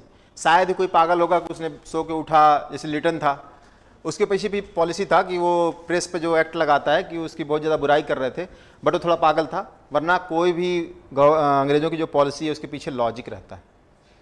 लॉजिक ये था, सतारा पाओगे, नागपुर पाओगे, झांसी पाओगे, ग्वालियर पाओगे, जितने भी है ना, ग्वालियर तो नहीं होता है लेकिन जितने भी पाते झांसी उसी जो है, और फिर अवध तक आप मान के चलो, ये इनका जो ट्रेड रूट था वो बम्बई तक पहुंचता था। सतारा, नागपुर, ये सब महाराष्ट्र का एरिया, और इधर इनका रेलवे की लाइनें चलती थी और ट्रेड रूट यही था इनका। इनको बॉम्बे तक माल ले जाना था। 1857 की बात है, 1856 की बात है, 1853 में रेलवे चालू हो गई थी, ठीक, और 1859 में आपका स्विस कैनाल बन जाता है। तो इंडिया का सारा माल, मैप पता है ना आप लोगों को इंडिया का? Yes sir. एक बार बना देते हैं, कोई दिक्कत नहीं है। नहीं मतलब मैं समझाने के लिए, उसमें कोई बुरी बात नहीं है, ठीक। बहुत गंदा बनाऊंगा बट बनाऊंगा, ठीक। ये देखिए, ये हो गया। अब इतना बड़ा बनाया तो बाकी छोटा हो जाएगा अपने आप। ये हो गया, यहाँ पे से राजस्थान आता है, ये आपका गुजरात हो गया, ठीक। अरे ये गुजरात हो गया आपका। अरे भाई हो जा, ठीक। ये हो गया। अब हंसना मत। अच्छा हाँ, वो ऊपर, ठीक है, कर लेना, ठीक। ये होता है, फिर यहाँ से हल्का सा कमर, फिर यहाँ से ऐसे, ये अपना बांग्लादेश निकल गया जो अपना कभी था, और फिर यहाँ से आए, ये सिक्किम बन गया, इधर भूटान निकल जाता है, इधर अपना अरुणाचल प्रदेश है, इधर इधर ये बीच में 2 बार आता है। एक बार यहाँ पे निकलता है अपना त्रिपुरा, और इधर मिजोरम, ठीक। अब देखिए कहाँ पर थे, ये है बॉम्बे, ये है बंगाल का एरिया, ये था मद्रास का एरिया। अब इनको ये था, अवध हो गया, सतारा हो गया, नागपुर का हो गया, झांसी हो गया, ये ट्रेड रूट था। ऐसे यहाँ से जा सकते थे, इधर जा सकते थे, इधर के भी जा सकते। राजस्थान के भी कई स्टेट, उदयपुर वगैरह को भी उन्होंने कब्जा करना चाहा था, बाद में बैक हो गए थे, बट उसको भी उन्होंने कब्जा करना चाहा था। तो ये क्या होता था, ट्रेड रूट। आप पढ़ोगे रेलवे आने के बाद क्या हुआ कि वहाँ से जितना मार्केट में माल बन के आता था, बहुत फास्ट तरीके से गाँव में पहुँचता था, समझ रहे हो। और सेम गांव में अगर जो रॉ मटेरियल है, कॉटन हो गया या फिर जो भी चीज़ें हो गई, वहाँ से उठाना हमें, मान लीजिए आपका ये झरिया वगैरह हो गया, कोयले की खाना थी, यहाँ से हमें कोयला चाहिए किसी फैक्ट्री के लिए, तुरंत आपने डाला वहाँ पे और वहाँ से लेके चले गए। तो इन सब रास्तों में ये सारे स्टेट आ रहे थे, और ये क्या करते थे, यहाँ से जा रहे हो, हमको पैसा दो, हमारा राज्य है, पैसा दो हमको। तो ये लोग छोटे छोटे थे, भूल गए थे कि हमारा बाप कौन है सॉरी, बट अंग्रेज उस टाइम माई बाप अंग्रेज ही थे, ठीक। उतने पावरफुल आदमी से पंगा लेते थे। तो डलहौजी को ये समझ में आया कि भाई एक काम करो, इनको एक साथ सबको लगाओ लाइन से। तो पहले सतारा उठाता है, फिर पाता देखता है। उस टाइम कोइंसिडेंस था कि इसमें से मोस्ट ऑफ के हेयर थे ही नहीं, मतलब इनकी औलादें हैं थी ही नहीं, किस्मत भी था उस टाइप पे, सबको लाइन से नापता है और लास्ट में अवध इंपॉर्टेंट था, तो अवध के पास तो बहुत सारे बच्चे थे। बोला क्या करें इसको बोला कि भाई देखो तुम्हारा सिस्टम अच्छे से चल नहीं रहा है, तो मालाफाइड एडमिनिस्ट्रेशन या बैड एडमिनिस्ट्रेशन का तमगा लगा के अवध को भी एनेक्स करता है। ये डलहौजी की पॉलिसी थी, इसको पढ़ेंगे। डलहौजी पे एक क्वेश्चन आया, the modern maker of the India, the maker of the modern India. Dalhousie पे यूपीएससी का क्वेश्चन आ चुका है कि भारत के जो नए भारत का निर्माण का, क्योंकि पोस्ट ऑफिस में भी रिफॉर्म करता है, पुलिस रिफॉर्म करता है, इसमें भी करता है, तार सिस्टम वाला भी काम करता है, बहुत सी चीज़ों में। ये मतलब कि उस टाइम इंडिया को बहुत स्ट्रेंथन कर देता है, और इसी की देन थी कि 1857 होता है, और इसी की देन थी कि 1857 को कुचला भी जाता है। इतना स्ट्रेंथन कर चुका रहता है ना ये, कि ये लोग इधर कट्टा बम लेके भाग रहे, उधर से वो आ गए से टक टक टक टक फोन पहुंचा, हाँ साहब आ गया। तार इधर फोन नहीं था, तार सिस्टम था, तार सिस्टम पहुंचा उधर से कि फलाने लोग कट्टा लेके आ रहे थे, इधर से तोप लेके पहुंच गए। तो ब्रिटिश इसीलिए ना 3 महीने तक तो ये कुछ नहीं कर पाए थे, 3 महीने तक सब भगे भगे थे, कई तो मर जाते हैं। 3 महीने बाद फिर अपने आप को रीऑर्गेनाइज करते हैं, चढ़ते हैं सब, और सबको मतलब सब जगह पर सबकी पिटाई होती है अच्छे से। तो पता ही है, तीसरा तो नहीं होगा, कौन सा होगा? हाँ, प्रथम राज्य अवध नहीं था, सतारा था, और ये तो शहीद है। ये भाई चलो भाई, ये बता दीजिए इसमें कौन कौन था, कौन कौन था? बक्सर के युद्ध में कौन था? 2 3 4 भी होगा। बहुत सही, और गलत और सही इतना तेज भी नहीं चाहिए, आप ध्यान दीजिए। सिराजुद्दौला था, तब स्पीड हमेशा अच्छा नहीं होता है। ठीक, फिलहाल ठीक है, वो इसीलिए मैं पूछा ही, वरना क्वेश्चन डालता ही नहीं, क्योंकि मुझसे भी गलती हुई थी। ठीक, मैं भी सुजाउद्दौला को सिराजुद्दौला पढ़ लिया था, मार दिया था। ठीक, तो बाकी दोनों थे, वहाँ पे हेक्टर मुनरो था, रॉबर्ट क्लाइव नहीं था, वो प्लासी में था, क्लाइव प्लासी में था, यहाँ पे हेक्टर मुनरो था, और यहाँ पे सुजाउद्दौला था, अवध का नवाब था वो। ठीक,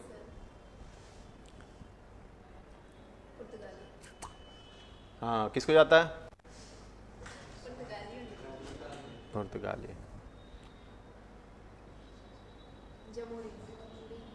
जमोरिन, जमोरिन नाम था या क्या था? इसमें तो नाम दिया है, नाम दिया है, बट एक्चुअली में नाम नहीं था, इसका नाम नहीं था। ये ट्राइब थी एक, मतलब ट्राइब नहीं, वहाँ की एक कास्ट सिस्टम में वो जमोरिन उनका एक डायनेस्टी टाइप की थी।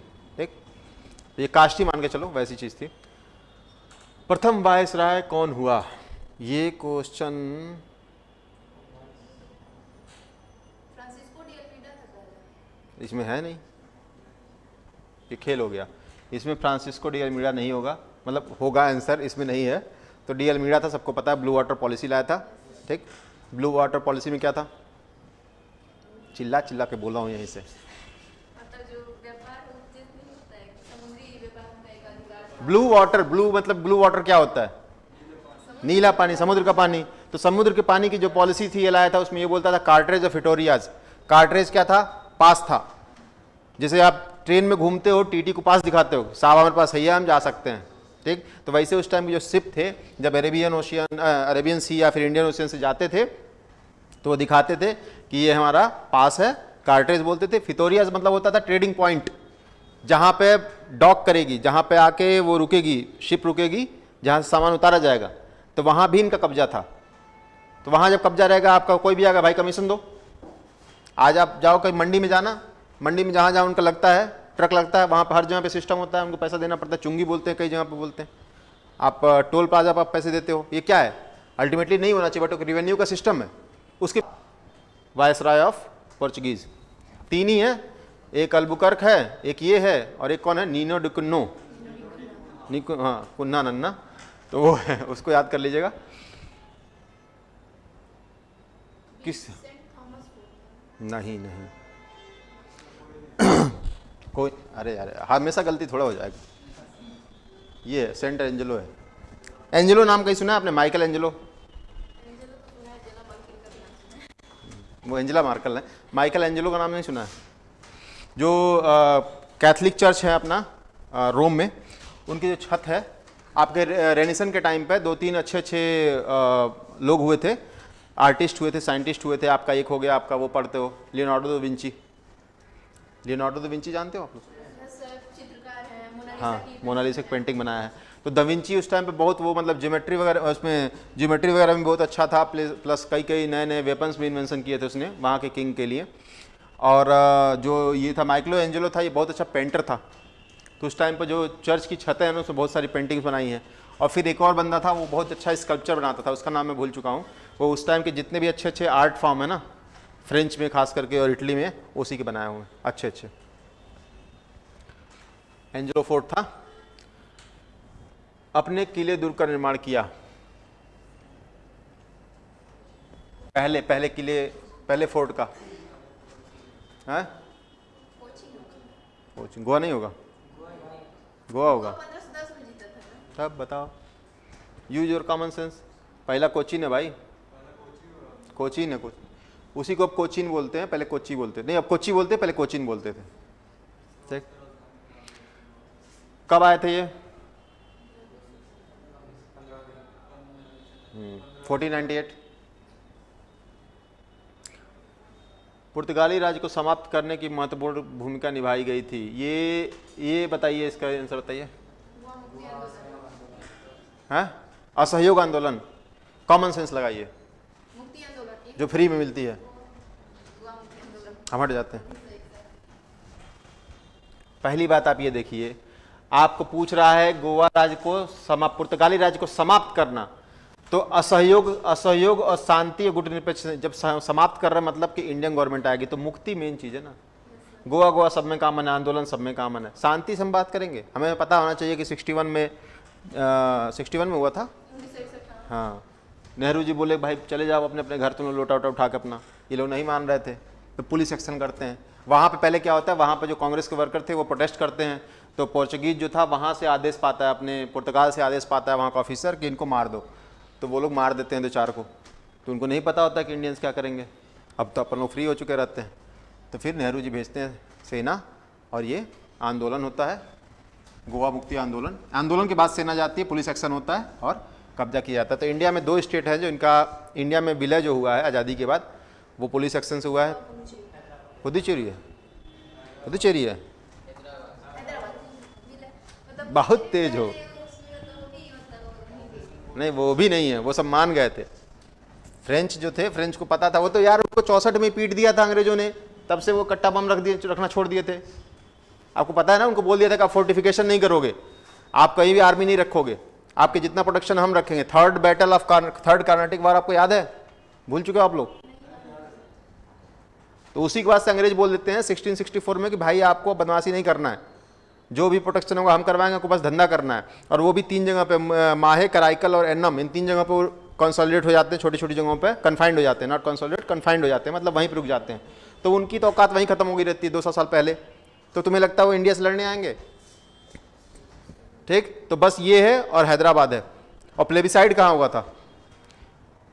प्लेबिसाइड क्या होता है बता चुका हूँ, ये भी चिल्ला चिल्ला के बताया हूँ इसी मंच से, लाल किले से बताया था याद है? प्लेबिसाइड और रेफरेंडम में अंतर क्या होता है? हाँ, जूनागढ़ में हुआ था। प्लेबिसाइड में क्या होता है, अगर आपको टेरिटरी, जनमत संग्रह तो फिलहाल शायद रेफरेंडम को भी बोलते हैं, मैं हिंदी नहीं जानता हूँ। रेफरेंडम मतलब होता है कि किसी मुद्दे में, मान लीजिए कि कल को ये टेबल ऐसे रहेगा कि ऐसे रहेगा, रैंप ऐसे रहेगा कि ऐसे रहेगा, इस पर सबका संग्रह, सबका मतलब वो जनमत हुआ, इसको बोलते हैं रेफरेंडम। तो रेफरेंडम एक्सेप्ट टेरिटरी, अगर कोई भी मुद्दा हुआ तो उसके लिए रेफरेंडम होता है। जैसे ब्रेग्जिट था, ब्रेग्जिट वाज रेफरेंडम।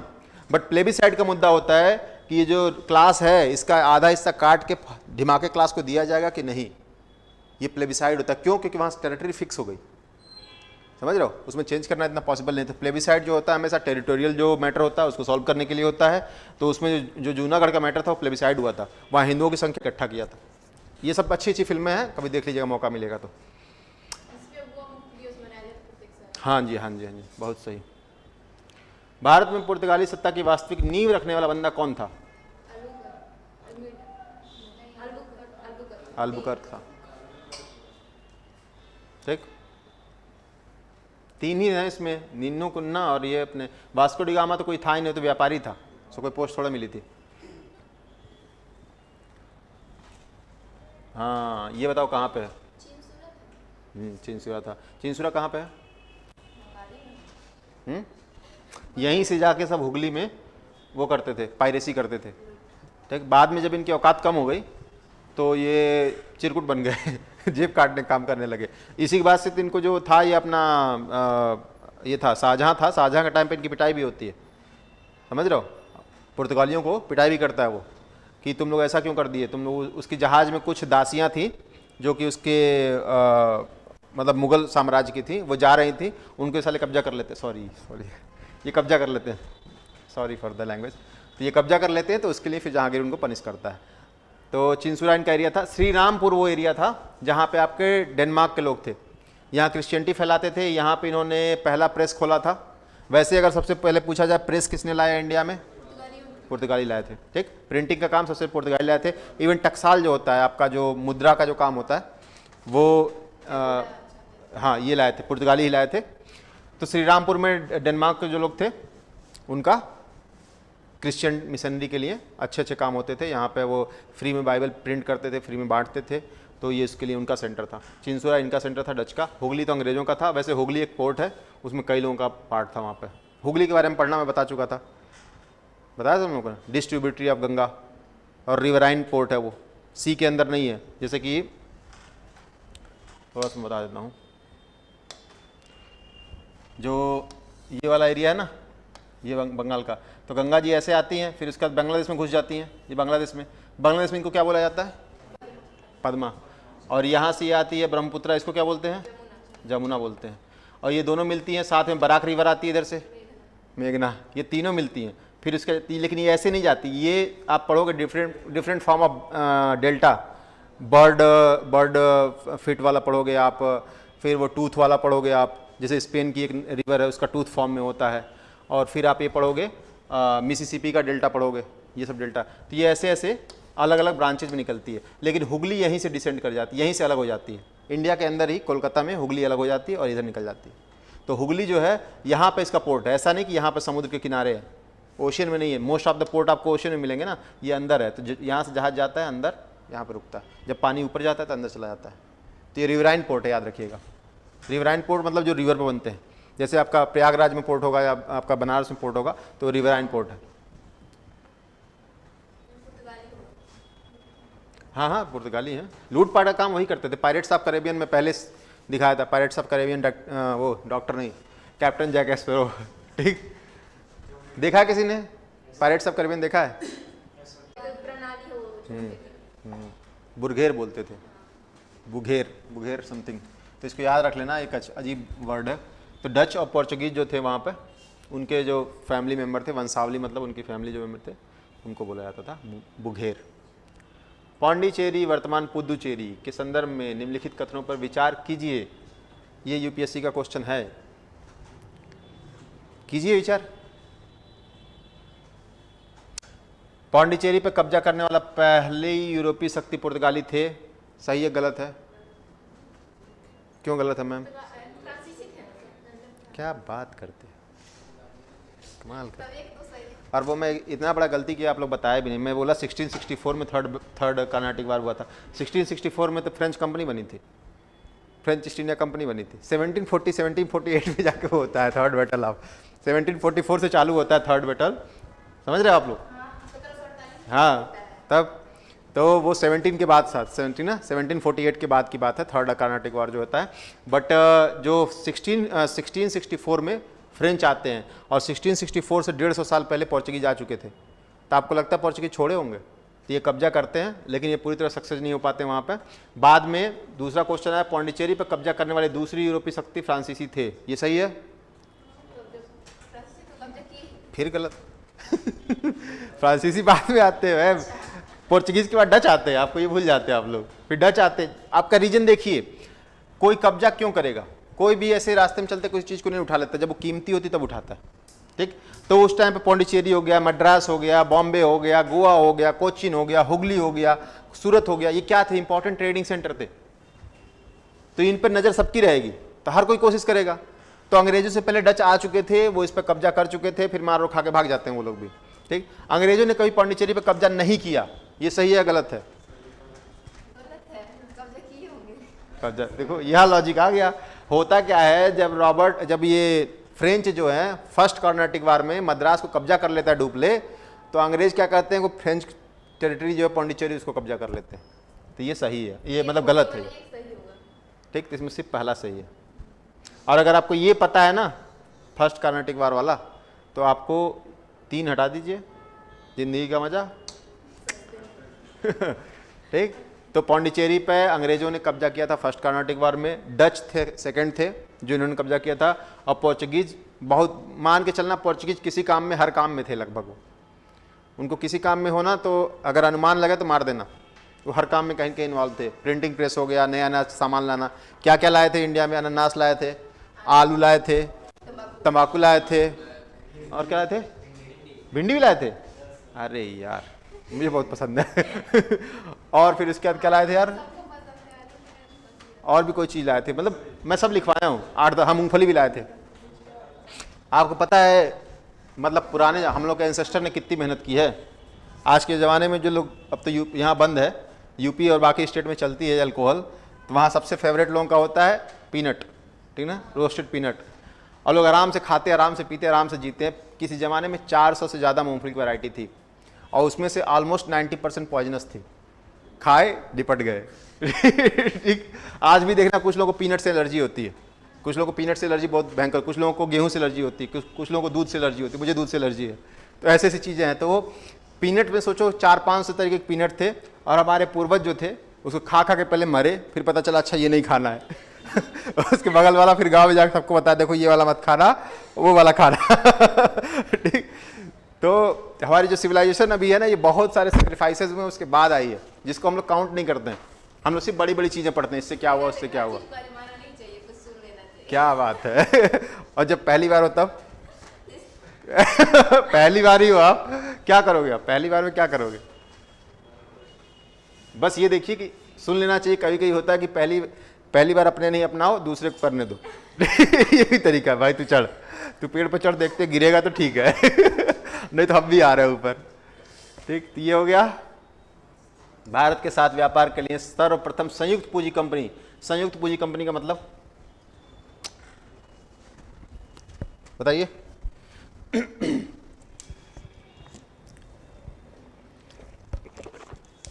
अरे हिंदी में लिखा भाई। संयुक्त मतलब सब लोग मिलके आ रहे हैं, पूंजी मतलब कैपिटल इकट्ठा कर रहे हैं, और कंपनी मतलब कंपनी बना रहे हैं। इस वर्ड को 3 पार्ट में तोड़िए। मान लीजिए आप लोग क्लास में 3-4 लोग हैं, सब लोग अगर पूंजी लगा रहे हैं मतलब आप शेयर होल्डिंग का काम कर रहे हैं। अब पूंजी मतलब होता है कैपिटल, कैपिटल मतलब आप समझ रहे हो, money, money is the capital. तो संयुक्त पूंजी कंपनी सबसे पहले डच वालों ने चालू की थी। भले इसको ऑफिशियल उन्होंने नाम नहीं दिया था, ये डायरेक्ट रटने वाली चीज़ है। सबसे पहले डच ने चालू की थी, उसके बाद जाके आपका ये अपने ब्रिटिश ईस्ट इंडिया कंपनी आती है, और फिर उसका शेयर होल्डर का काम चालू होता है। हाँ हाँ, सूती में सबसे बड़ा इंटरेस्ट डच का ही था। इवन आपको सेकेंड वर्ल्ड वॉर में आप पाओगे एक चीज़ हुई थी ब्रिटेन में, मैं बता रहा हूँ कि उस टाइम पे क्या हुआ था, लोगों को बॉन्ड बांटे गए थे। गवर्नमेंट ने बॉन्ड बांटा था लोगों में, गवर्नमेंट बॉन्ड, कि अगर हम जैसे आपसे 20 पाउंड लेना है, हमें 20 पाउंड का बॉन्ड दिया हमने, आप हमें 20 पाउंड दीजिए। अगर ब्रिटिश जीतते हैं, हमारी जो एलाइड ग्रुप था और एक्सेस ग्रुप, 2 ग्रुप थे ना, तो हमारा ग्रुप अगर जीतता है तो आपको 20 के बदले 50 या 20 के बदले 100 मिलेगा। तो उससे क्या हुआ ना, ब्रिटेन को बहुत ज़्यादा फाइनेंस मिल गया वॉर को लड़ने के लिए। जो कॉमन पीपल था उसका पैसा मिल गया लड़ने के लिए। जैसे अभी इंडिया जाएगी लड़ने तो कहाँ से पैसा लगाएगी? आपके टैक्सेस से जो पैसे हैं वो लगाएगी। लेकिन कल को बोल दे इंडिया कि हम 200 रुपये का बॉन्ड दे रहे हैं, तो आप भी हो सकता है कि अपने पास से पैसा दोगे कि अगर इंडिया जीत गई तो हमारा 200 का 500 या 1000 रुपये हो जाएगा। आप देखो मार्केट में गवर्नमेंट बॉन्ड वैसे भी रिलीज होता है, आप पढ़ोगे इकोनॉमी में गवर्नमेंट बॉन्ड कैसे रिलीज होते हैं। गिल्ट बॉन्ड बोलते हैं उनको, उनमें हाईएस्ट सिक्योरिटी होती है कि उनके फेल होने के चांस तभी है जब गवर्नमेंट ही फेल हो जाए। समझ रहे हो? वो इकोनॉमी आप लोग कुछ भी नहीं पढ़े हो अभी तक, कुछ भी नहीं पढ़े हो। चलो पढ़ना तो उसमें, तो ये एक तरीका होता है मार्केट से क्राउड फंडिंग करने का। तो ब्रिटेन इसमें काफ़ी अच्छा था, लेकिन जो कंपनी बनाने का काम किया था डच ने किया था। ठीक है ना, वो मैं बस बताया वॉर के टाइम पर फंडिंग के लिए। इवन आप पाओगे इसीलिए फ्रेंच भी हार जाते हैं, फ्रेंच के पास फंडिंग ज़्यादा नहीं रहती है। और ब्रिटेन के पास एक और चीज़ थी, क्राउड फंडिंग, उस टाइम पर भी थी। भारत में डच का सबसे प्रारंभिक उपनिवेश कहा गया था? बताइए बताइए। पुलिकट है, गजब। तो क्या अंग्रेजों बस थे और कोई नहीं था वहाँ पे आ सकता था? ऐसे तो पौंडीचेरी में बस फ्रेंच ही थे। अभी देखे वो आप मसूलीपट्टनम में, ठीक ना, प्रारंभिक उपनिवेश कहा गया था। ठीक है, तो ये मसूलीपट्टनम है। पुलिकट आपको बता चुका हूँ। पुलिकट क्या है? आंध्रा और तमिलनाडु के बॉर्डर पे एक लेक है, पुलिकट लेक, बड़ा सा है वहाँ। पोर्ट है वहाँ पे, लेकिन आज के डेट में मेनली वो बहुत बड़ा एक वाटर बॉडी है, और वो बे ऑफ बंगाल में ओपन भी है उसका माउथ। तो पुलिकट लेक है। सूरत को आपको पता ही है, आज भी कॉटन के और बाकी चीज़ों के मामले में पेट्रोकेमिकल में सूरत काफ़ी आगे है। मोदी जी का गढ़ है। अहमदाबाद आपको पता ही है, मोदी जी की कृपा है। ठीक, हर हर मोदी, घर घर मोदी। डच लोगों द्वारा भारत में व्यापार के लिए किन किन बंदरगाहों का उपयोग किया गया था? वही क्वेश्चन आ गया क्या? नहीं, सारे। अब देखो उस क्वेश्चन इस क्वेश्चन में क्या अंतर दे। आई थिंक ये प्रारंभिक था। हाँ, प्रारंभिक था। प्रारंभिक मतलब सबसे पहले तो मसूलीपट्टनम में था। पुलिकट भी इनका था। पुलिकट और नागपत्तनम, ये तीनों आएंगे। डचों का कारखाना, ये एक्चुअली में सिर्फ डचों का क्वेश्चन आ रहा है। अभी तक पोर्चुगीज का था, अब डच का आ रहा है। अगली क्लास में हम क्या करेंगे कि जो आपके फ्रेंच और ब्रिटिश हैं उनके भी क्वेश्चन डाल देंगे, ताकि लगातार होता रहे। तो ठीक, चिंसुरा था भाई। ये क्वेश्चन तो अभी हो चुका है शायद। हाँ, ये तो सबसे सिंपल क्वेश्चन है, कई बार आता है, बार बार आता है। जनता बताइए। नहीं मैम, औरंगजेब तो बहुत बाद में आया मैम। औरंगजेब कौन था? औरंगजेब के पापा कौन थे? शाहजहां। शाहजहां के पापा कौन थे? और जहांगीर के पापा? अकबर के अब्बा? हुमायूं के अब्बा? बाबर के अब्बा से मतलब है नहीं हमें। ठीक ठीक, सुनिए एक चीज़ बता दे रहा हूँ। औरंगजेब जो था आपका 1707 में मर जाता है। और शाहजहां, कैसे याद करना है, कहानियों से चीज़ें याद हो जाती हैं। शाहजहां को उसने बाद में जेल में डाल दिया था। तो शाहजहां कौन बंदा जिसने ताजमहल बनवाया था? उस टाइम की इकोनॉमी को काफ़ी बर्बाद कर दिया था उसने। और वो उसका ये अरमान था कि इस वाइट ताजमहल के सामने एक और ब्लैक ताजमहल बनवाऊँ मैं। तो औरंगजेब ने बोला तुम पागल हो गए हो वैसे ही हमारे पास कुछ बचा नहीं है। तो वो बोलता है कि बुड्ढा सटी आ गया है। फिर गद्दी के लिए वॉर होती है। आप एक पढ़े होंगे थे वो जो उपनिषद का फारसी में अनुवाद कराए थे, इसके भाई थे दारा सिको। दारा सिको को फिर मारता पीटता है, दिल्ली में घुमाता है, फिर उनको मार देता है। और फिर उसके बाद से ये कहा जाता है कि दारा सिको अगर होता तो शायद इंडिया की हिस्ट्री कुछ और होती। He was very tolerant, he was like he like the Hindu religion and Hindu Upanishad and Gita, सब चीज़ें पढ़ा था। तो वो चीज़ था। तो दारा सिको को मार देता है। तो औरंगजेब है, औरंगजेब याद रखो, औरंगजेब ने अपने बाप से पंगा क्यों लिया? उसका बाप जो था ताजमहल बनवाया था और उससे बहुत ज़्यादा पैसा नुकसान हुआ था। तो उसका बाप ताजमहल किसने बनवाया था? सबको पता, शाहजहां बनवाया था। तो उसका बाप याद हो गया। 1605 में अकबर मरा था। हाँ, तो 1600 में ईस्ट इंडिया कंपनी की स्थापना हो गई थी। तो बता तो रहे अकबर है आंसर। मैं लीनियज याद करने को बता रहा हूँ, वो तो अकबर है मैडम। मैं लीनियज बता रहा हूँ। और उसके पहले जहांगीर था। जहांगीर के टाइम पे एक खास बात है, पेंटिंग, ये क्वेश्चन हर बार आ चुका है, यूपीएससी में आ चुका है कि चित्रकला सबसे अच्छी किसके टाइम पे थी? तो मिनिएचर पेंटिंग बनती थी। मिनिएचर मतलब होता है छोटा, बड़ी पेंटिंग बनती थी, लेकिन उसको खुद भी पेंटर था, जहांगीर खुद भी पेंटर था। तो उसके टाइम पे पेंटिंग बहुत अच्छी होती थी। आप पढ़ोगे उस टाइम पे फैक्ट्री का कल्चर अकबर के टाइम पे चालू हुआ था। तो वो पेंटिंग का फैक्ट्री मतलब होता था कि वहाँ पेंटिंग बनती थी, कलाकार होते थे, कई तरह के कलाकार। यूपीएससी उनके नाम पूछ चुका है। हिंदू मुस्लिम सारे कलाकार थे उसमें। और शाहजहां के टाइम पर स्थापत्य कला, स्थापत्य मतलब होता है आर्किटेक्चर। तो शाहजहां के टाइम पर आर्किटेक्चर अच्छा था। औरंगजेब के टाइम पे, आप औरंगजेब बोल रहा हूँ, जहांगीर के टाइम पे पेंटिंग अच्छी थी। अकबर के टाइम पे गाना अच्छा था ना। शुरू करो हिंदी साहित्य का स्वर्णकाल था। हाँ हाँ, तुलसीदास भी उस टाइम पे थे। सबसे ज्यादा औरंगजेब के काल में लिखा गया, पाबंदी लगा दी थी तो और लोग लिखते थे। अच्छी बात है। तो नहीं, अच्छी बात है, बहुत अच्छी बात है, ऐसा इंटरेस्ट होना चाहिए। वैसे ही क्लास में इतने कम लोग इंटरेस्ट मेरा कम हो जाता है तो वो चीज़ था कि आप अकबर के टाइम पे तानसेन भी थे, ठीक ना। नवरत्न का सीन आप जानते हो अकबर के टाइम पे। तो तानसेन सबसे अच्छे, तानसेन का असली नाम क्या था? क्या? रामतनु पांडे। रामतनु पांडे। यूपीएससी का क्वेश्चन है, आई थिंक 2019 से 20 का। कहाँ से थे वो आए? ग्वालियर। ग्वालियर घराना था। ग्वालियर घराना, यहाँ से ग्वालियर भी नहीं है, ये अपना है रीवा के राजा थे, वहाँ के थे, ठीक। वहाँ से आए थे रामतनु पांडे। बाद में ये क्वेश्चन ही पूछा था, बट कहाँ से थे? अच्छा, नहीं तो उतना मैं नहीं जानता। रीवा घराने के थे, बाद में ग्वालियर से होके फिर वहाँ पहुँच जाते हैं वो। और ये हो गया। तो आप याद करो, गाना अकबर के टाइम पे, फोटो सेल्फी लेने का काम जहांगीर के टाइम पे, और घर बनाने का काम उसके टाइम पे, और सबको फूंक देने का काम औरंगजेब के टाइम पे। औरंगजेब वीणा बजाता था, पता है? वीणा वादक था।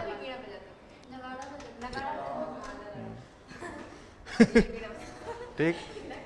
ईस्ट इंडिया कंपनी के निर्माण के समय इंग्लैंड का शासक कौन था?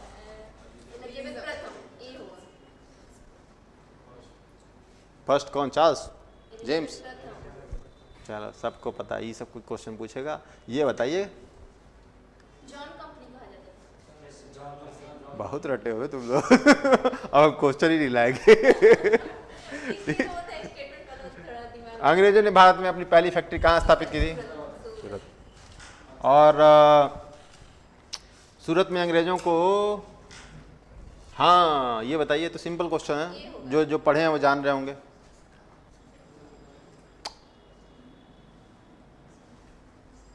अच्छा, हम यहाँ आते हैं तब बोर्ड खत्म होता है, ठीक।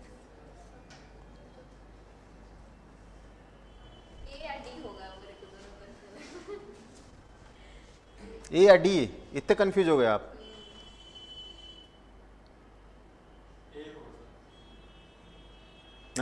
पुर्तगालियों को भगाने के लिए अंग्रेजों द्वारा मुगल बादशाह को नौसैनिक सहायता के गुप्त प्रस्ताव के कारण, नहीं भाई, डी होगा भाई। आप ये देख रहे हो 1613 है, 12 में क्या हुआ था? सुगौली हुआ था। सुगौली, स्वाली हुआ था, स्लावी नहीं हुआ था, स्वाली, SWALLY, स्वाली। तो बैटल ऑफ स्वाली होता है, जहां पे ये निपट जाते हैं 1612। पोर्चुगीज यहीं कन्फाइंड हो जाते हैं, दमन दीव और आपका गोवा, दमन दीव गोवा, ये इनके पास रहता है। और उसके बाद से, इसी के बाद से 40 साल बाद आपके 1661 50 साल बाद आता है, और जहाँ पे ये शादी होती है, कैथरीन की शादी होती है, और दहेज में बम्बई दे देते हैं। तो होता क्या है, जब ये 1608 में आता है, हॉकिंस आया रहता है, तो वो बेचारा बहुत निराश होकर चला जाता है। उस टाइम पे इनको सूरत मिलता है, लेकिन सूरत में फैक्ट्री खोलते हैं 1608 में अंग्रेज, लेकिन वो चल नहीं पाता है क्योंकि ये पोर्चुगीज अपोज करते हैं। जहांगीर के ऊपर भी प्रेशर था। जहांगीर तक ब्लू वाटर पॉलिसी इतनी स्ट्रांग थी कि मुगल को भी जाने के लिए अपना परमिट देना पड़ता था, कार्ट्रेज देना पड़ता था, भले वो उनको कभी रोकते नहीं थे। हाँ जी, मुगलों का जाल भी लूट लेते। हाँ, वो इतने बदमाश थे। तो होता क्या था कि 1612 में जब ये अंग्रेजों से लड़ाई होती है, तो अंग्रेज उनको पीट पाट के बोलते हैं अब तुम यहीं रहो। तब ये खुश हो जाता है जहांगीर, बोलता है यार इसने बहुत बड़ा सरदर्द खत्म कर दिया, मैं तो डर रहा था लड़ने के लिए। तो ये जो है खुश होकर अंग्रेजों द्वारा पुर्तगालियों के बेड़े को पराजित किए जाने के कारण जहांगीर जो है उनको कारखाना खोलने देता है। तो 1613 में जो कारखाना खुलता है वो खुलता है मसूलीपट्टनम में। समझ रहे हो?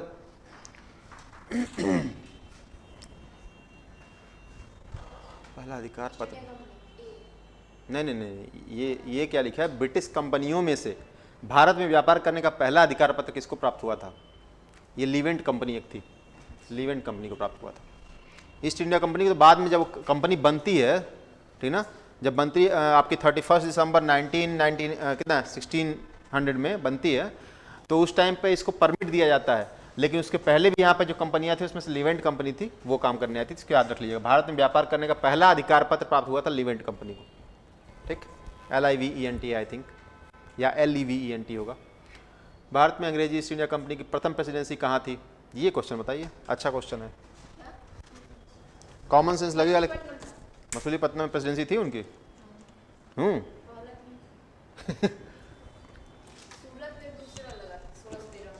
प्रेसिडेंसी मतलब क्या होता है मैम? प्रेसिडेंसी मतलब बताइए। मैं फैक्ट्री की बात ही नहीं किया हूँ, वहाँ प्रेसिडेंसी लिखा है। क्वेश्चन पढ़िए आप लोग, प्रेसिडेंसी लिखा है। It's not about first factory या सेकंड फैक्ट्री, ठीक ना। मसूलीपट्टनम का जो एरिया है मद्रास प्रेसिडेंसी में आता था। प्रेसिडेंसी उस टाइम पे सिर्फ थी कि मद्रास थी, बाद में बॉम्बे बनती है 61 के बाद से, और बंगाल मतलब सेकंड बंगाल बनती जी। प्रेसिडेंसी मतलब आप प्रेसिडेंसी मतलब अब इसको हिंदी में तो अध्यक्षता बोलते हैं, बट एक ऐसा एरिया जहाँ पे उनका रूल चल रहा हो। फैक्ट्री मतलब क्या होता है? फैक्ट्री में सिर्फ सामान आते थे, वहाँ से जाते थे, स्टोर होता था, स्टोर हाउस टाइप में था फैक्ट्री। लेकिन जब उस क्षेत्र में जो उनका चलता हो कि वहाँ पे उनकी पुलिस हो, उनकी लॉ एंड ऑर्डर हो, बाकी चीज़ें हो, तो वो एरिया प्रेसिडेंसी हो गया, ठीक ना। तो प्रेसिडेंसी और फैक्ट्री में अंतर है। तो पहली प्रेसिडेंसी मद्रास बनी थी क्योंकि मसूलीपट्टनम वहीं का एरिया है, ये आंध्रा में अभी, और मद्रास नीचे था। इवन आज़ादी के बाद भी ये मद्रास प्रेसिडेंसी था। उसी कारण श्री रामलू कौन थे, पोट्टी श्री रामलू, वो अनशन पे जाते हैं, निपट जाते हैं, फिर आंध्रा अलग होता है और तमिलनाडु अलग होता है। हाँ जी, भाषा के आधार पर। और उसमें वो डिमांड उनकी ये भी थी कि चेन्नई हमको दे दो। चेन्नई उस टाइम की कॉस्मोपॉलिटन सिटी थी। कॉस्मोपॉलिटन मतलब होता है कि वहाँ अलग अलग लोग थे, अलग अलग कल्चर के लोग थे। वहाँ पे फ्रेंच भी पहले थे, इंडियंस के, आपके तेलंगाना के भी थे, तमिलनाडु के भी थे, मराठा के भी बहुत सारे लोग थे। तो वो कॉस्मोपॉलिटन मतलब अलग अलग कल्चर के लोग जहाँ पर रहते हैं उसे कॉस्मोपॉलिटन सिटी बोला जाता है। बॉम्बे भी सेम कल्चर था। आज के डेट में मराठी बहुत पीटते हैं अपने आप को, वहाँ छाती पीटते हैं, लेकिन actually Bombay was a cosmopolitan.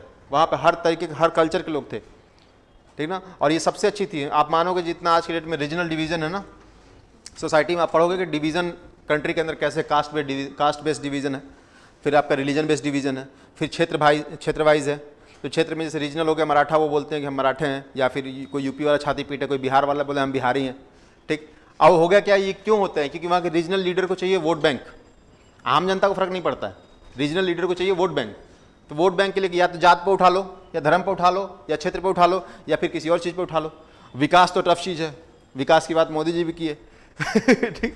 तो विकास वाली बात तो अब करते हैं लोग, लेकिन सबसे ज्वलंत मुद्दा क्या है कि अरे हमारे यहाँ के बिहारी हमारी जॉब छीन ले रहे हैं, यूपी वाले आकर हमारी जॉब छीन ले रहे हैं, और ये वाले फलाना कर रहे हैं, हमारा कल्चर जा रहा है, हिंदी इम्पोज हो रही है। जैसे अभी साउथ में हमेशा चलता है, ये आज़ादी के टाइम से लेकर हमेशा चलता है। DMK जो है वहाँ पे, स्टालिन की जो पार्टी, करुणानिधि का बेटा है, उसने 3 शादियाँ की थी।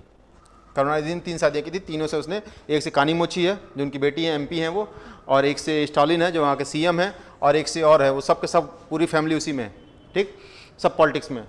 वो जब भी कुछ मुद्दा होता है तो हिंदी हमारे ऊपर इम्पोज हो रहा है, हमारा कल्चर खतरे में है हाँ, तो वो 3 लैंग्वेज पॉलिसी जो आई थी, तो वो चीज़ें वो हमेशा करते हैं। तो उससे उनका क्या है, वो रीजनल एक चीज़ है कि रीजनल हमें रोकना है। तो जो रीजन कहाँ से चालू हुए थे ठीक है, मद्रास प्रेसिडेंसी से चालू हुए थे। कॉस्मोपॉलिटन सिटीज़ जो होती हैं उसको याद रखिएगा। इवन आपका चंडीगढ़ जो था, चंडीगढ़ और वो था अपना लाहौर जो था, लाहौर भी कॉस्मोपॉलिटन सिटी था। पहले चंडीगढ़ नहीं था, आज़ादी के टाइम पे Chandigarh was not a city, big city, main था लाहौर। बट क्या आज़ादी के बाद लाहौर जब चला जाता है तो उस टाइम पे, और इधर अपना ढाका चला जाता है, ढाका चला जाता है वेस्ट बंगाल मतलब बांग्लादेश के साथ। तो उस टाइम पे नेहरू जी दो सिटीज़ जो हैं आपका जगन्नाथपुरी है ना, पुरी नहीं, भुवनेश्वर, सॉरी भुवनेश्वर है, भुवनेश्वर और अपना ये चंडीगढ़, ये दो को इस्टेब्लिश करते हैं कि ये यहाँ की कॉस्मोपॉलिटन सिटी उसके अल्टरनेटिव बनेंगी। कौन था आर्किटेक्ट, कौन था चंडीगढ़ का?